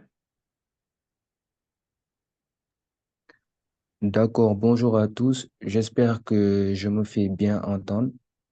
Très bien. Merci beaucoup. D'abord, je commence par remercier les différents intervenants pour la qualité du contenu et les différents, les différents partages d'expériences. Maintenant, je vais commencer par parler de ma pire expérience de prise de parole en public. Il y a quelques semaines, je devais faire la lecture durant une messe et vu qu'on se trouvait dans un cadre plutôt spirituel, religieux, je pouvais pas trop utiliser ma gestuelle et en même temps, je voulais vraiment capter l'attention de mon auditoire. Et mon problème se situe que au niveau où je devais aussi me concentrer sur le texte, alors j'ai j'ai senti un moment de tâtonnement, d'hésitation, ce qui a fait que j'ai un peu raté ma prise de parole. Alors j'aimerais vraiment avoir des conseils par rapport à ça, pour bien alterner les deux. Je sais pas si je me fais comprendre, histoire qu'il y ait un bon rythme, un bon débit pour dans les situations où l'on peut pas trop utiliser la gestuelle dans sa prise de parole. Comment combler ça pour mieux captiver l'attention de son auditoire. Merci. Super, merci François. J'imagine que Ndeye Khady et Simon ont bien noté les questions. Seynabou Diagne, avant de donner la parole à Ndeye Khady et Simon pour intervenir rapidement.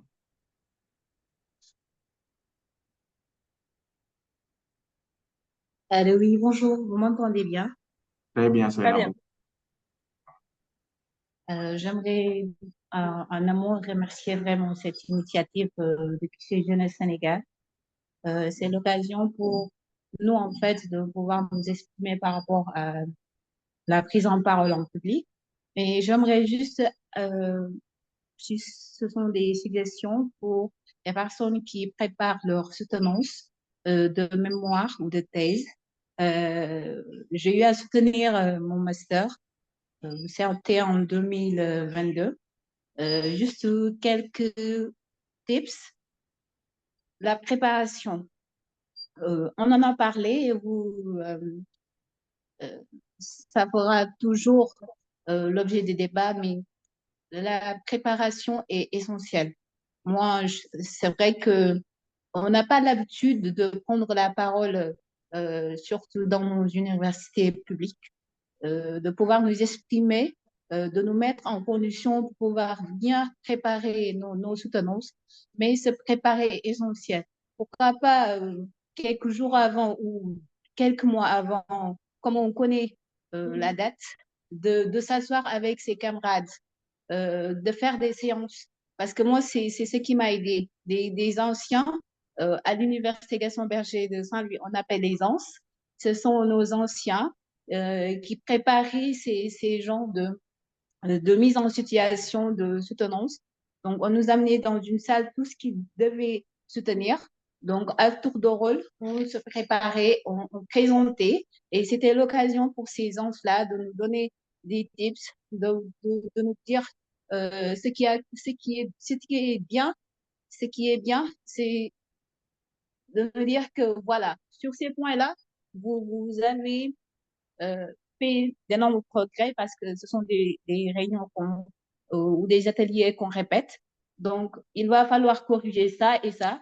Et on prend ça et après, les séances à venir, on a pu vraiment s'améliorer. Et je trouve que lors de ma soutenance, c'est ce qui m'a beaucoup plus en fait aidé. Donc, si vous n'avez pas cela, d'avoir des camarades ou même des voisines, de vous asseoir, de faire la soutenance, de se préparer. Vraiment, c'est le maître mot, je dirais que ce qui m'a beaucoup, beaucoup aidé. Donc, c'est ce que je voulais en fait donner comme contribution. Voilà, de se préparer, c'est essentiel. Merci beaucoup. Merci, Seynabou. Simon? Merci beaucoup. Oui, merci Adrien. Merci beaucoup, Seynabou, pour votre intervention. C'est bien aussi que vous posiez pas juste des questions, mais que vous partagez vos expériences. effectivement, ce travail de préparation, ce travail de répétition, il peut et il doit même, si c'est possible, se faire en équipe avec d'autres, vos camarades étudiants, avec votre frère, votre sœur, etc. C'est très important et les autres ne sont pas là pour vous juger. Vous êtes là pour vous porter mutuellement et vous aider. C'est très important. Et quand vous faites une prise de parole, gardez ça à l'esprit. Les gens ne sont pas là pour vous juger ou ne sont pas à souhaiter que vous allez tout d'un coup vous mettre à bafouiller, perdre vos mots, etc. Ayez un état d'esprit bienveillant et imaginez que les autres sont dans le même état d'esprit que vous. C'est très important. Et ça, peu importe le cadre, que ce soit professionnel, euh, dans les études, dans la famille, etc. Autre chose que je voulais dire, ça ne sert à rien de vous comparer avec les autres. Ce qui compte, c'est d'être vous-même et que votre auditeur ait une bonne impression de vous. Voilà, vous comparez pas et vous comparez pas forcément aux meilleurs. Les meilleurs, on en a parlé tout à l'heure, par exemple Barack Obama, sont des gens qui sont coachés pendant des années, qui sont maquillés, qui ont un styliste, qui ont toute une équipe autour d'eux. Et quand ils font des discours, ils le font avec un prompteur. Donc, ça sert à rien de se dire, de se filmer une fois au téléphone quand vous répétez, de vous trouver nul et de dire, ah, vraiment, ça va pas du tout. Ça se travaille. Donc, vous comparez pas aux autres et gardez à l'esprit que les autres sont là pour vous aider et que si vous pouvez travailler en équipe, ce sera bénéfique pour tout le monde. Sur ce, je rebondis sur la question de Claver. Pour l'avoir déjà rencontré, je sais que c'est quelqu'un qui n'a pas de problème à parler en public. Là, peut-être le fait de parler à l'église dans un cadre très solennel, devant beaucoup de monde, tu as perdu tes moyens.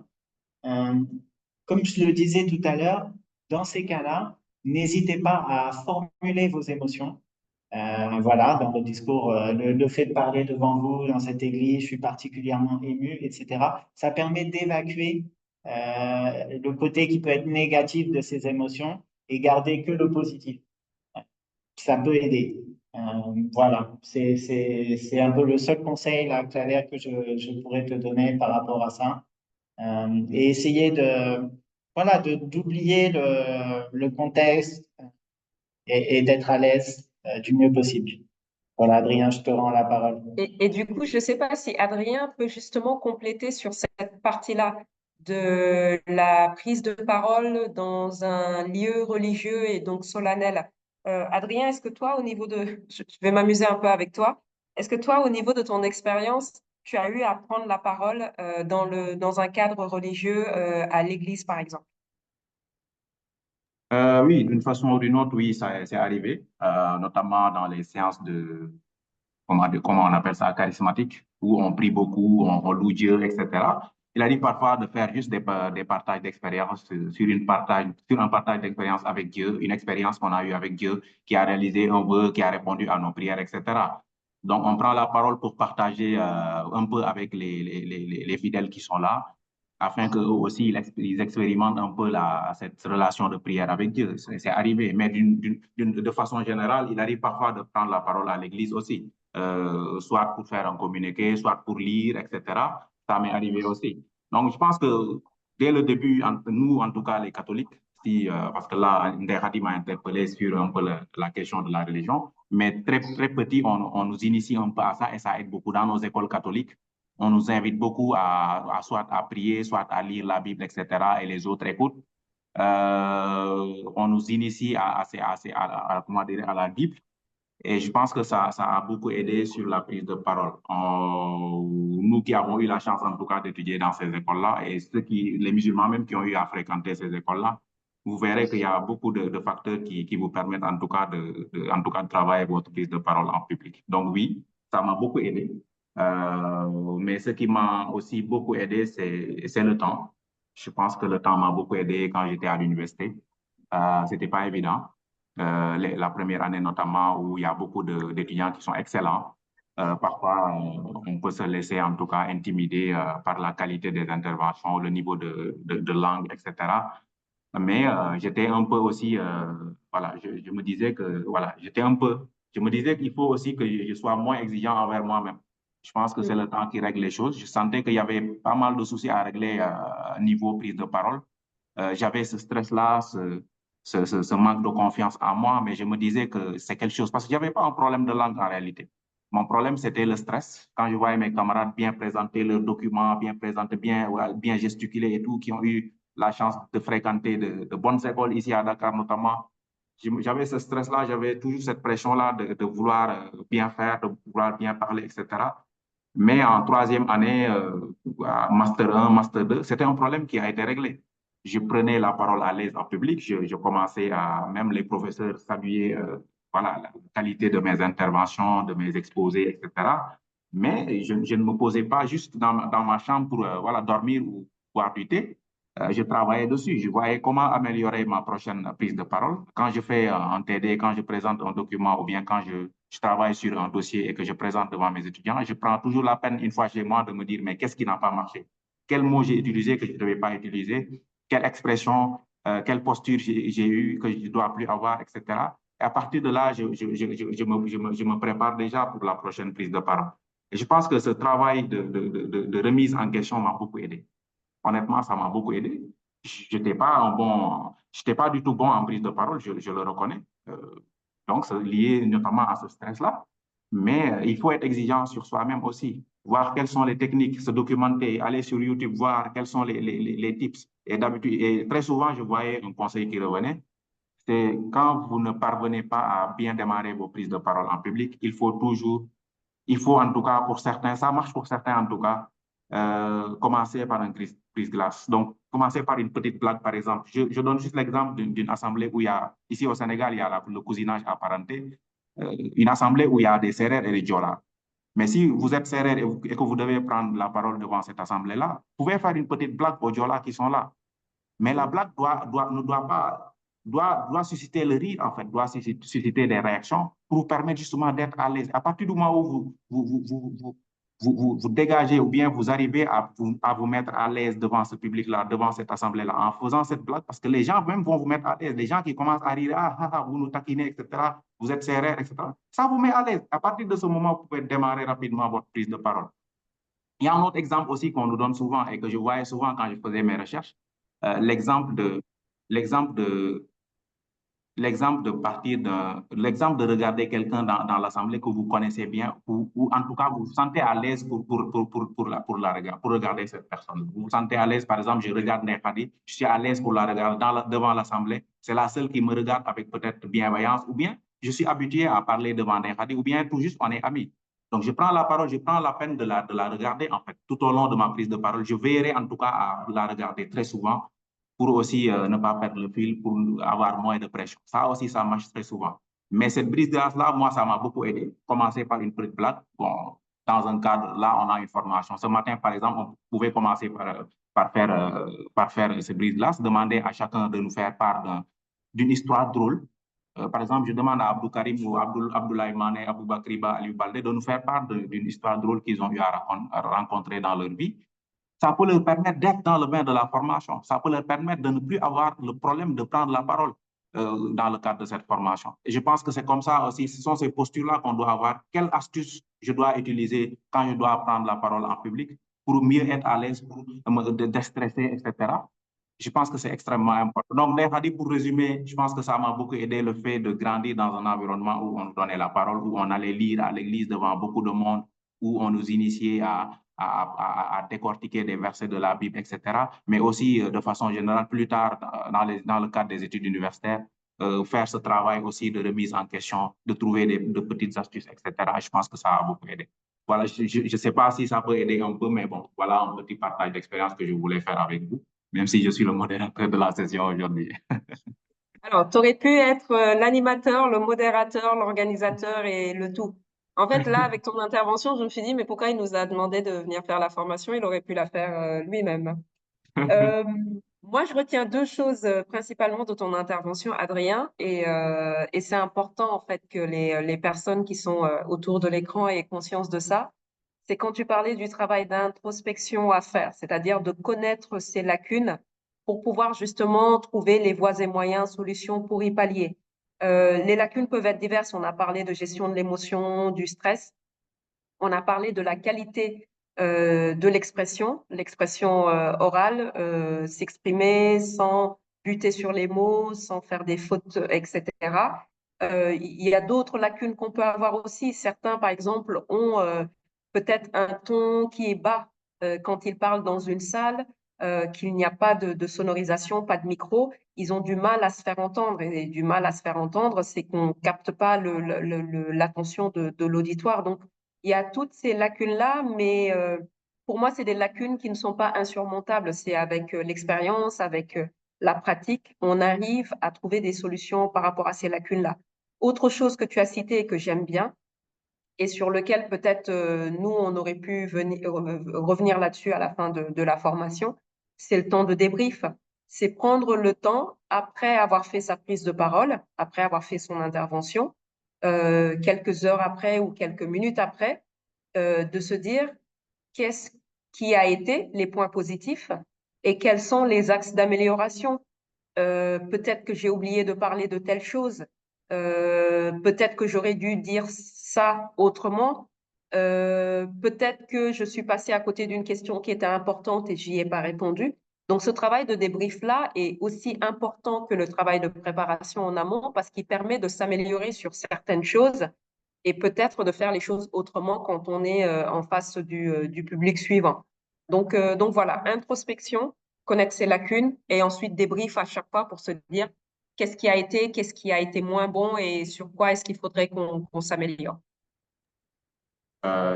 Merci Nerhadi. Et je pense qu'il y a, en tout cas, bon, je voulais faire en tout cas une petite autre intervention, mais c'est pas grave. Shalom B. Humba, si je prononce bien, vous pouvez prendre la parole, n'hésitez pas.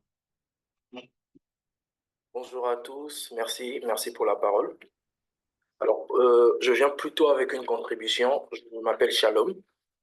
La contribution, c'était un peu directement pour nous qui sommes étudiants. Très souvent, c'est juste une remarque. Quand nous faisons des exposés ou peut-être des soutenances, l'une des plus grosses erreurs, c'est que nous voulons mémoriser notre discours sans plutôt maîtriser le sujet ou comprendre le sujet. Et à ce moment-là, dès qu'on oublie un seul mot, bah, on a complètement oublié notre présentation. Donc, pour astuce, l'idéal, c'est déjà de comprendre le sujet, sur quoi on veut intervenir, de quoi parle le sujet. Ce qui fait que même si on a un mot de manquant dans notre argumentaire, on a la possibilité, avec le vocabulaire et toute la grammaire qu'on a, de basculer sur un autre mot sans pourtant faire intervenir.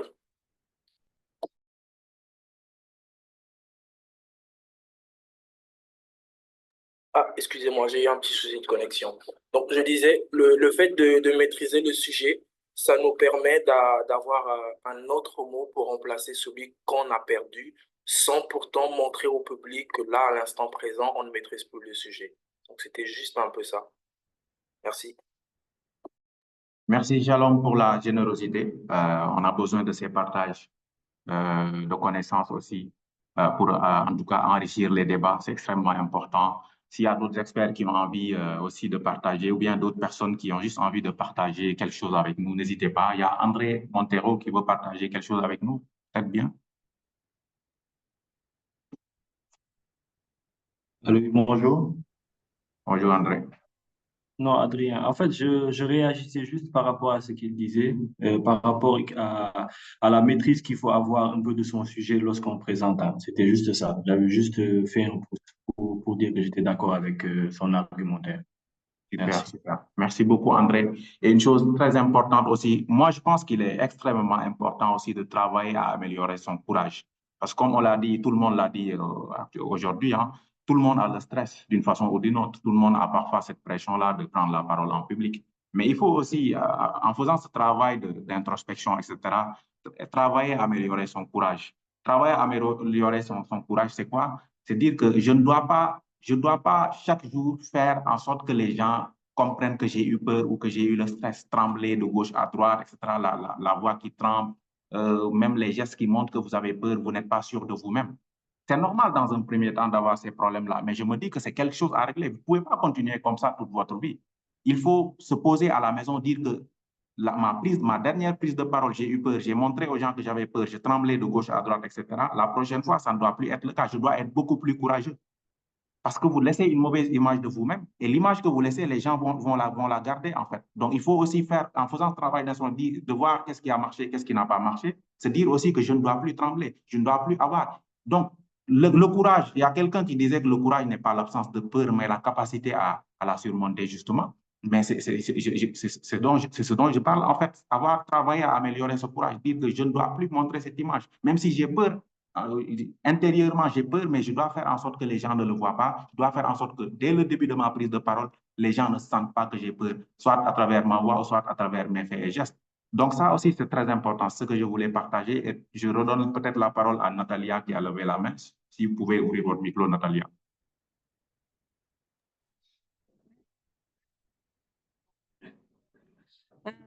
Je ne vais pas pour donner une contribution, mais pour poser une question, parce qu'on est en train d'apprendre. On est en train d'apprendre. Natalia, on peine à vous entendre. Je ne sais pas si vous avez mis des casques ou c'est la connexion qui déconne.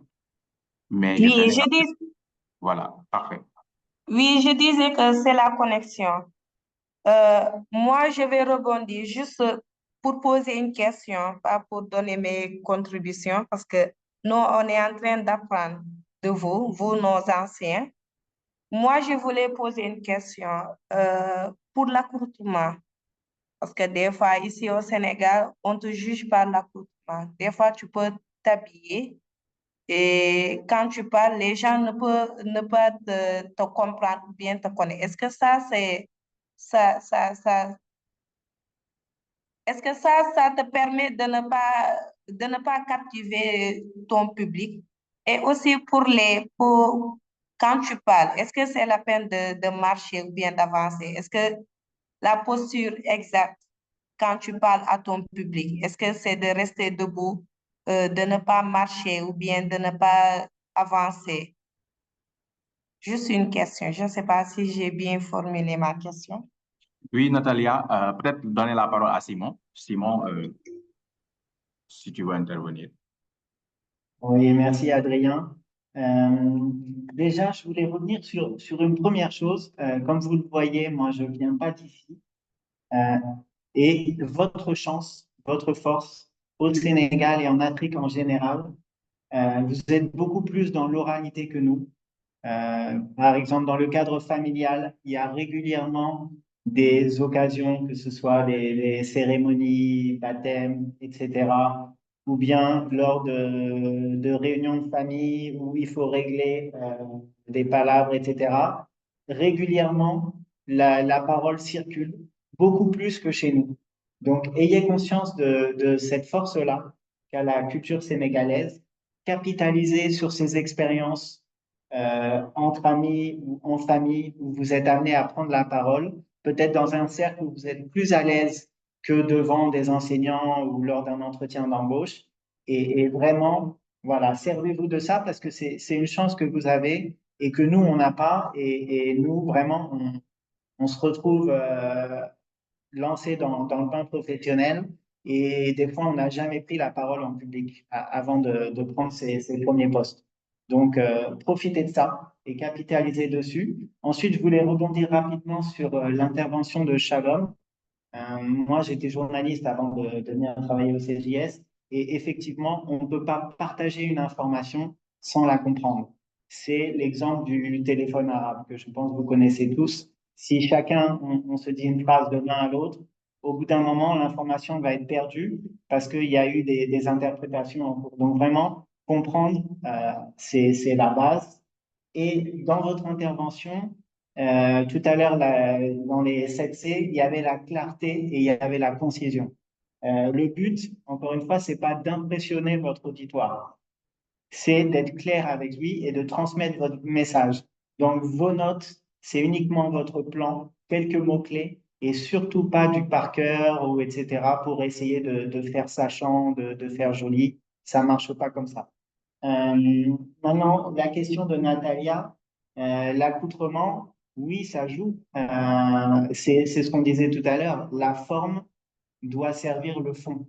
Donc, effectivement, Si tu viens, que tu fais tu as beau être la meilleure dans ton domaine et avoir un propos très clair, si tu viens habillé n'importe comment, coiffé n'importe comment, tu vas perdre une partie de ton auditoire parce qu'ils vont pas te prendre au sérieux.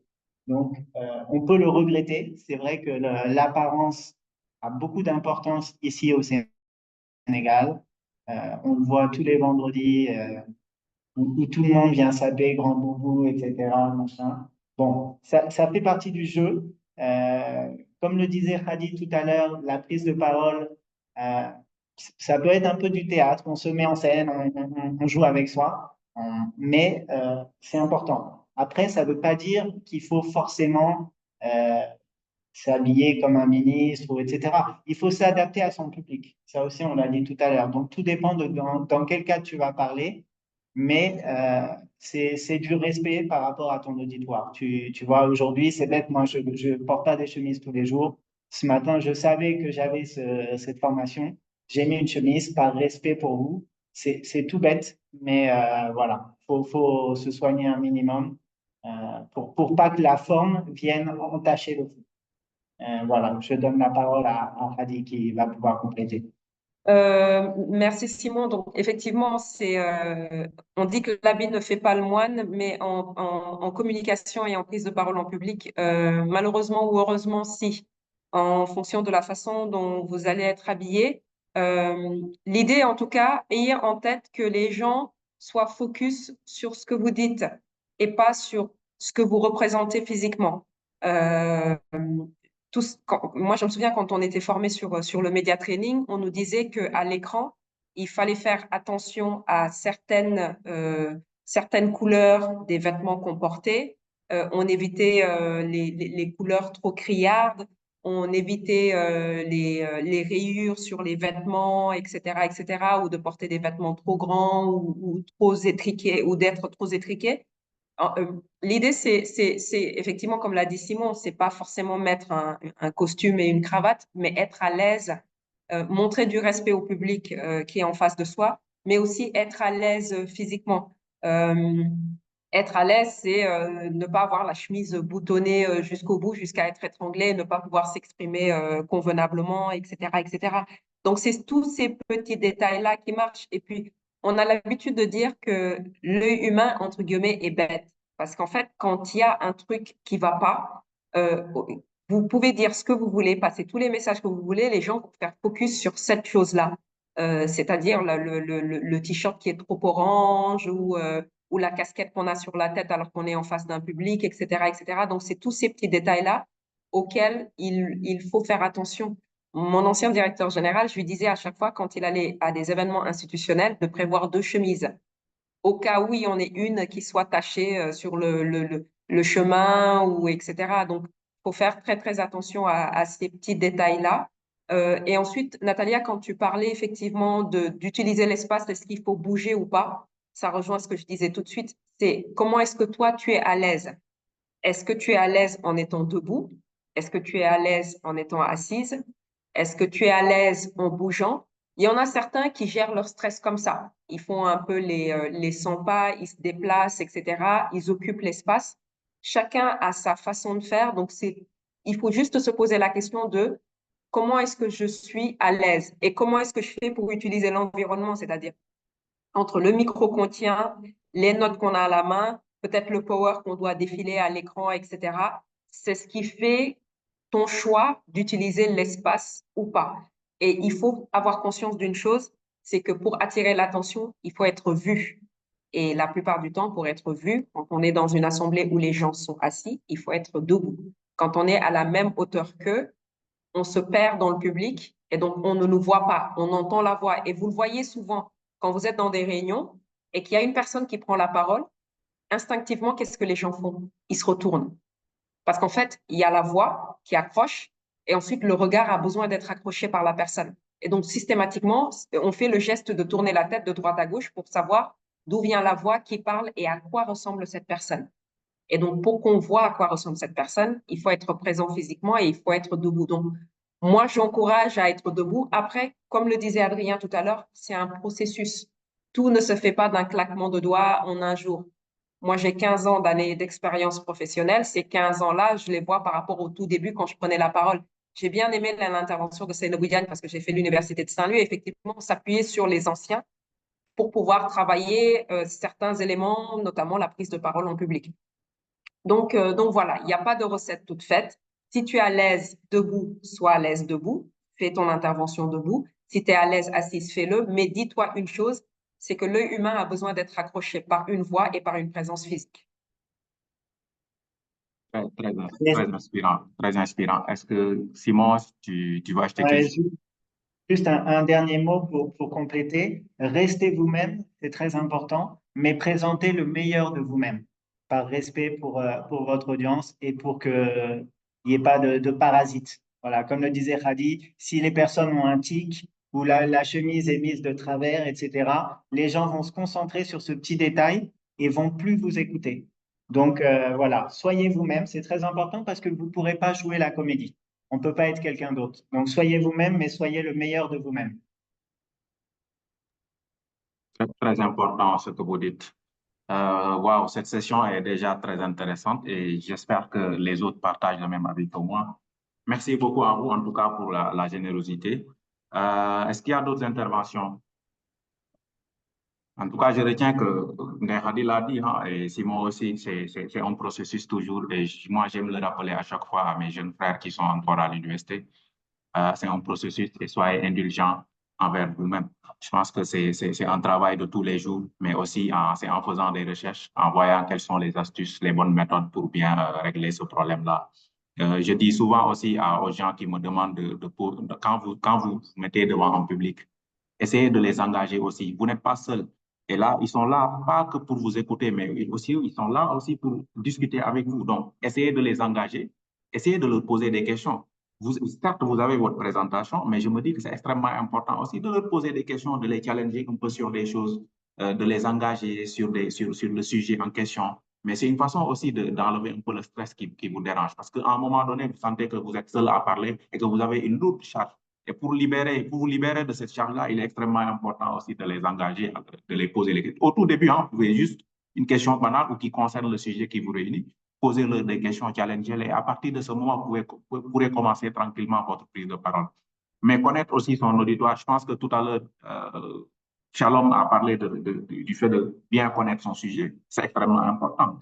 Ceux qui se conçoivent bien s'énoncent clairement et les mots pour le dire bien aisément. C'est naturellement ça. Vous ne pouvez pas aborder la question des réseaux sociaux si vous ne pouvez pas définir les réseaux sociaux, si vous ne savez pas comment fonctionnent les réseaux sociaux, quels sont les enjeux des réseaux sociaux actuellement.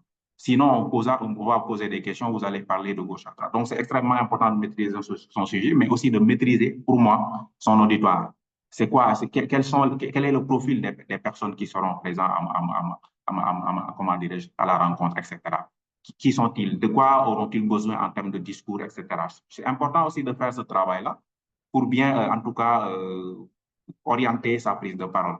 Mais le fait aussi de parler lentement, et je vais finir par ça, parler lentement. Très souvent, on me disait, Adrien, tu parles vite. De nature, je parle vite quand je prends la parole. Ce n'est pas lié à mon stress ou quoi que ce soit, c'est automatique chez moi, je parle vite.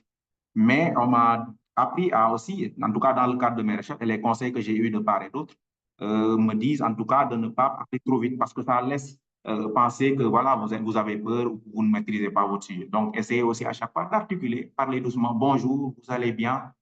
Je suis devant vous aujourd'hui pour vous parler d'un sujet qui m'est très important, la question des réseaux sociaux. Donc, vous n'êtes pas obligé de dire bonjour, je m'appelle Adrien, etc.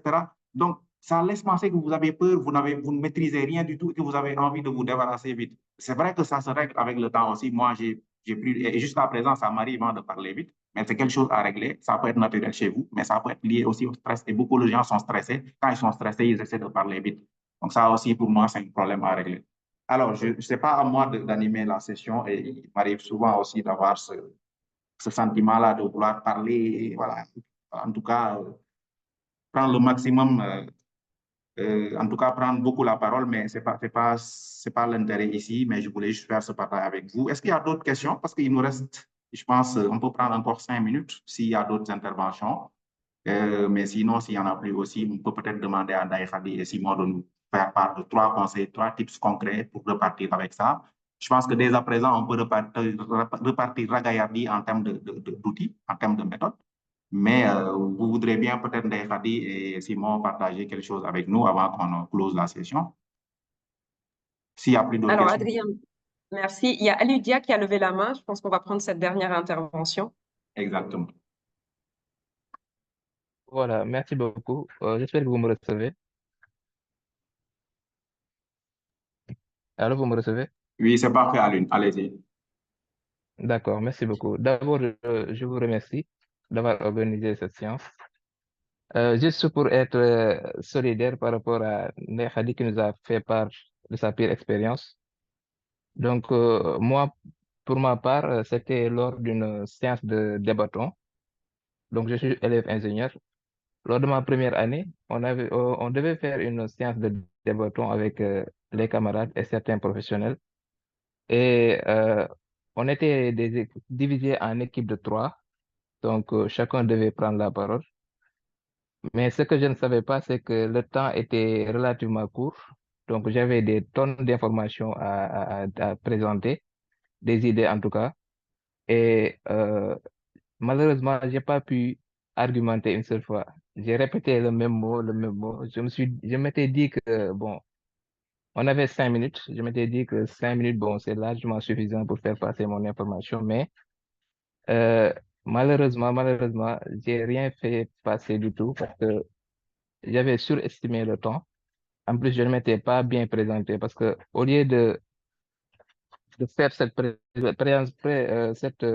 comment dirais-je, cette préparation-là en amont, c'est-à-dire mettre les idées clés sur des feuilles, etc., j'avais écrit toute une dissertation donc, que je devais présenter. C'était un débat et je m'en suis pas du tout bien sorti. Mais heureusement, j'avais la vidéo en fin de séance, donc j'ai pu visionner encore la vidéo et j'ai vu qu'est-ce qui n'allait pas. Donc, globalement, c'était un manque de préparation et peut-être un manque de confiance en soi. Parce que, on va se le dire aussi, ça ne sert à rien d'aller devant un auditoire et de dire que je vais avoir telle ou telle impression. Il ne faut pas être trop, si je peux le dire ainsi, trop méchant envers vous-même. Parce que ne pensez pas que ce que le public là va dire de vous, c'est juste que vous avez fait une mauvaise présentation. Non, non.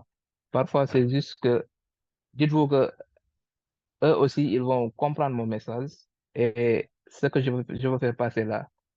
Peut-être ils vont bien comprendre mon message. En tout cas, c'est ce que je veux faire passer. Peut-être terminer par vous donner un conseil de lire un livre qui s'appelle Je n'ai plus peur du jugement des autres de Chantal Joffrin. Donc, c'est un excellent livre que j'ai lu et que j'ai apprécié et que j'ai aimé partager avec vous. Donc, c'était l'intervention que j'avais à faire. Merci. Merci, Aliou. Merci pour ton intervention, pour ton partage d'expérience aussi. Et pour le bouquin, donc je le note bien pour pouvoir me plonger dedans aussi. Alors, merci à tous pour votre présence et pour les échanges qui ont été riches, j'espère en tout cas qu'on a pu vous apporter un tout petit peu quelque chose, Simon et moi, aujourd'hui avec cette thématique. Moi, je repars en tout cas super riche des échanges que j'ai eus. Et je me dis même au niveau de notre présentation et de cette intervention, si on est amené à la refaire, parce que c'était la première fois qu'on faisait ça, Simon et moi, il y aura peut-être des choses à réajuster justement parce que il y a eu cet échange-là avec vous et que vous nous avez apporté, en tout cas moi personnellement, énormément. Donc, je tenais à vous remercier pour ça. Si je dois retenir 3 choses ou 3 conseils à donner, c'est un peu le résumé de notre intervention. 1, se préparer. 2, se connaître. Et 3, se faire confiance. Donc voilà, c'est les 3 conseils que je peux vous donner qui peuvent s'appliquer là, dans le cadre de cette formation-là sur cette thématique, mais qui, de façon générale, dans la vie de tous les jours, peut aussi s'appliquer. Merci à tous pour votre présence, merci pour les partages, merci pour tout. Merci beaucoup, Ndeye Khady. C'est magnifique. Simon? Merci Adrien. Merci à tous également pour votre présence. Vous êtes là jusqu'au bout. Khady a été très complète. Je vais juste ajouter une chose, c'est le mot bienveillance. Vraiment, ne voyez pas dans votre auditoire des juges. S'ils vous accordent de leur temps, même quand c'est dans le cadre professionnel, un entretien d'embauche ou bien une soutenance de thèse, ils sont pas là pour vous juger. S'ils vous accordent de leur temps, c'est qu'ils ont confiance en vous, ils croient en vous, en vos capacités. Vous n'êtes pas là par hasard. Donc vraiment, enlevez-vous ça de la tête, ça diminuera le stress. Et la bienveillance également avec vos camarades, avec votre famille, pour vous préparer et pour répéter ces choses-là. N'ayez pas l'impression que vous allez déranger les gens si vous leur demandez ce service. Eux aussi, ça leur permettra d'apprendre des choses et ils en sortiront grandis également. Donc voilà, c'est tout ce que je voulais ajouter. Merci Adrien. Merci Simon, merci Ndeye Khady encore une fois d'avoir accepté de partager votre expérience avec les jeunes.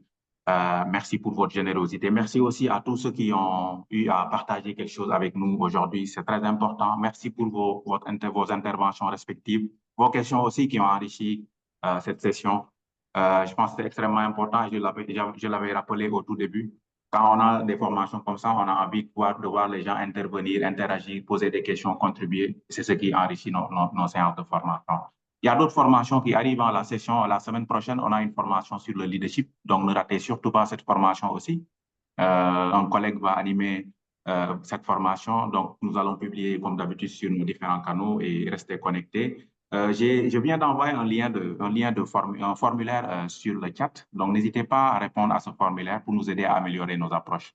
C'est extrêmement important. Il y a des choses qui ont marché, il y a des choses qui n'ont pas marché. Donc, n'hésitez pas à nous le dire. Je vous avais envoyé le lien de la communauté WhatsApp du guichet aussi. N'hésitez pas à rejoindre la communauté pour recevoir des informations, des offres d'emploi au quotidien. Sinon, à part ça, encore une fois, vous remercier et vous dire à très bientôt. Très bonne journée, très bon week-end. Et voilà, on se capte très vite. Merci beaucoup. Bonne journée. Te remercier, Adrien, pour tout le travail que tu fais au CJS, surtout sur le guichet jeunesse. T'es au top. Merci à toi. Merci beaucoup.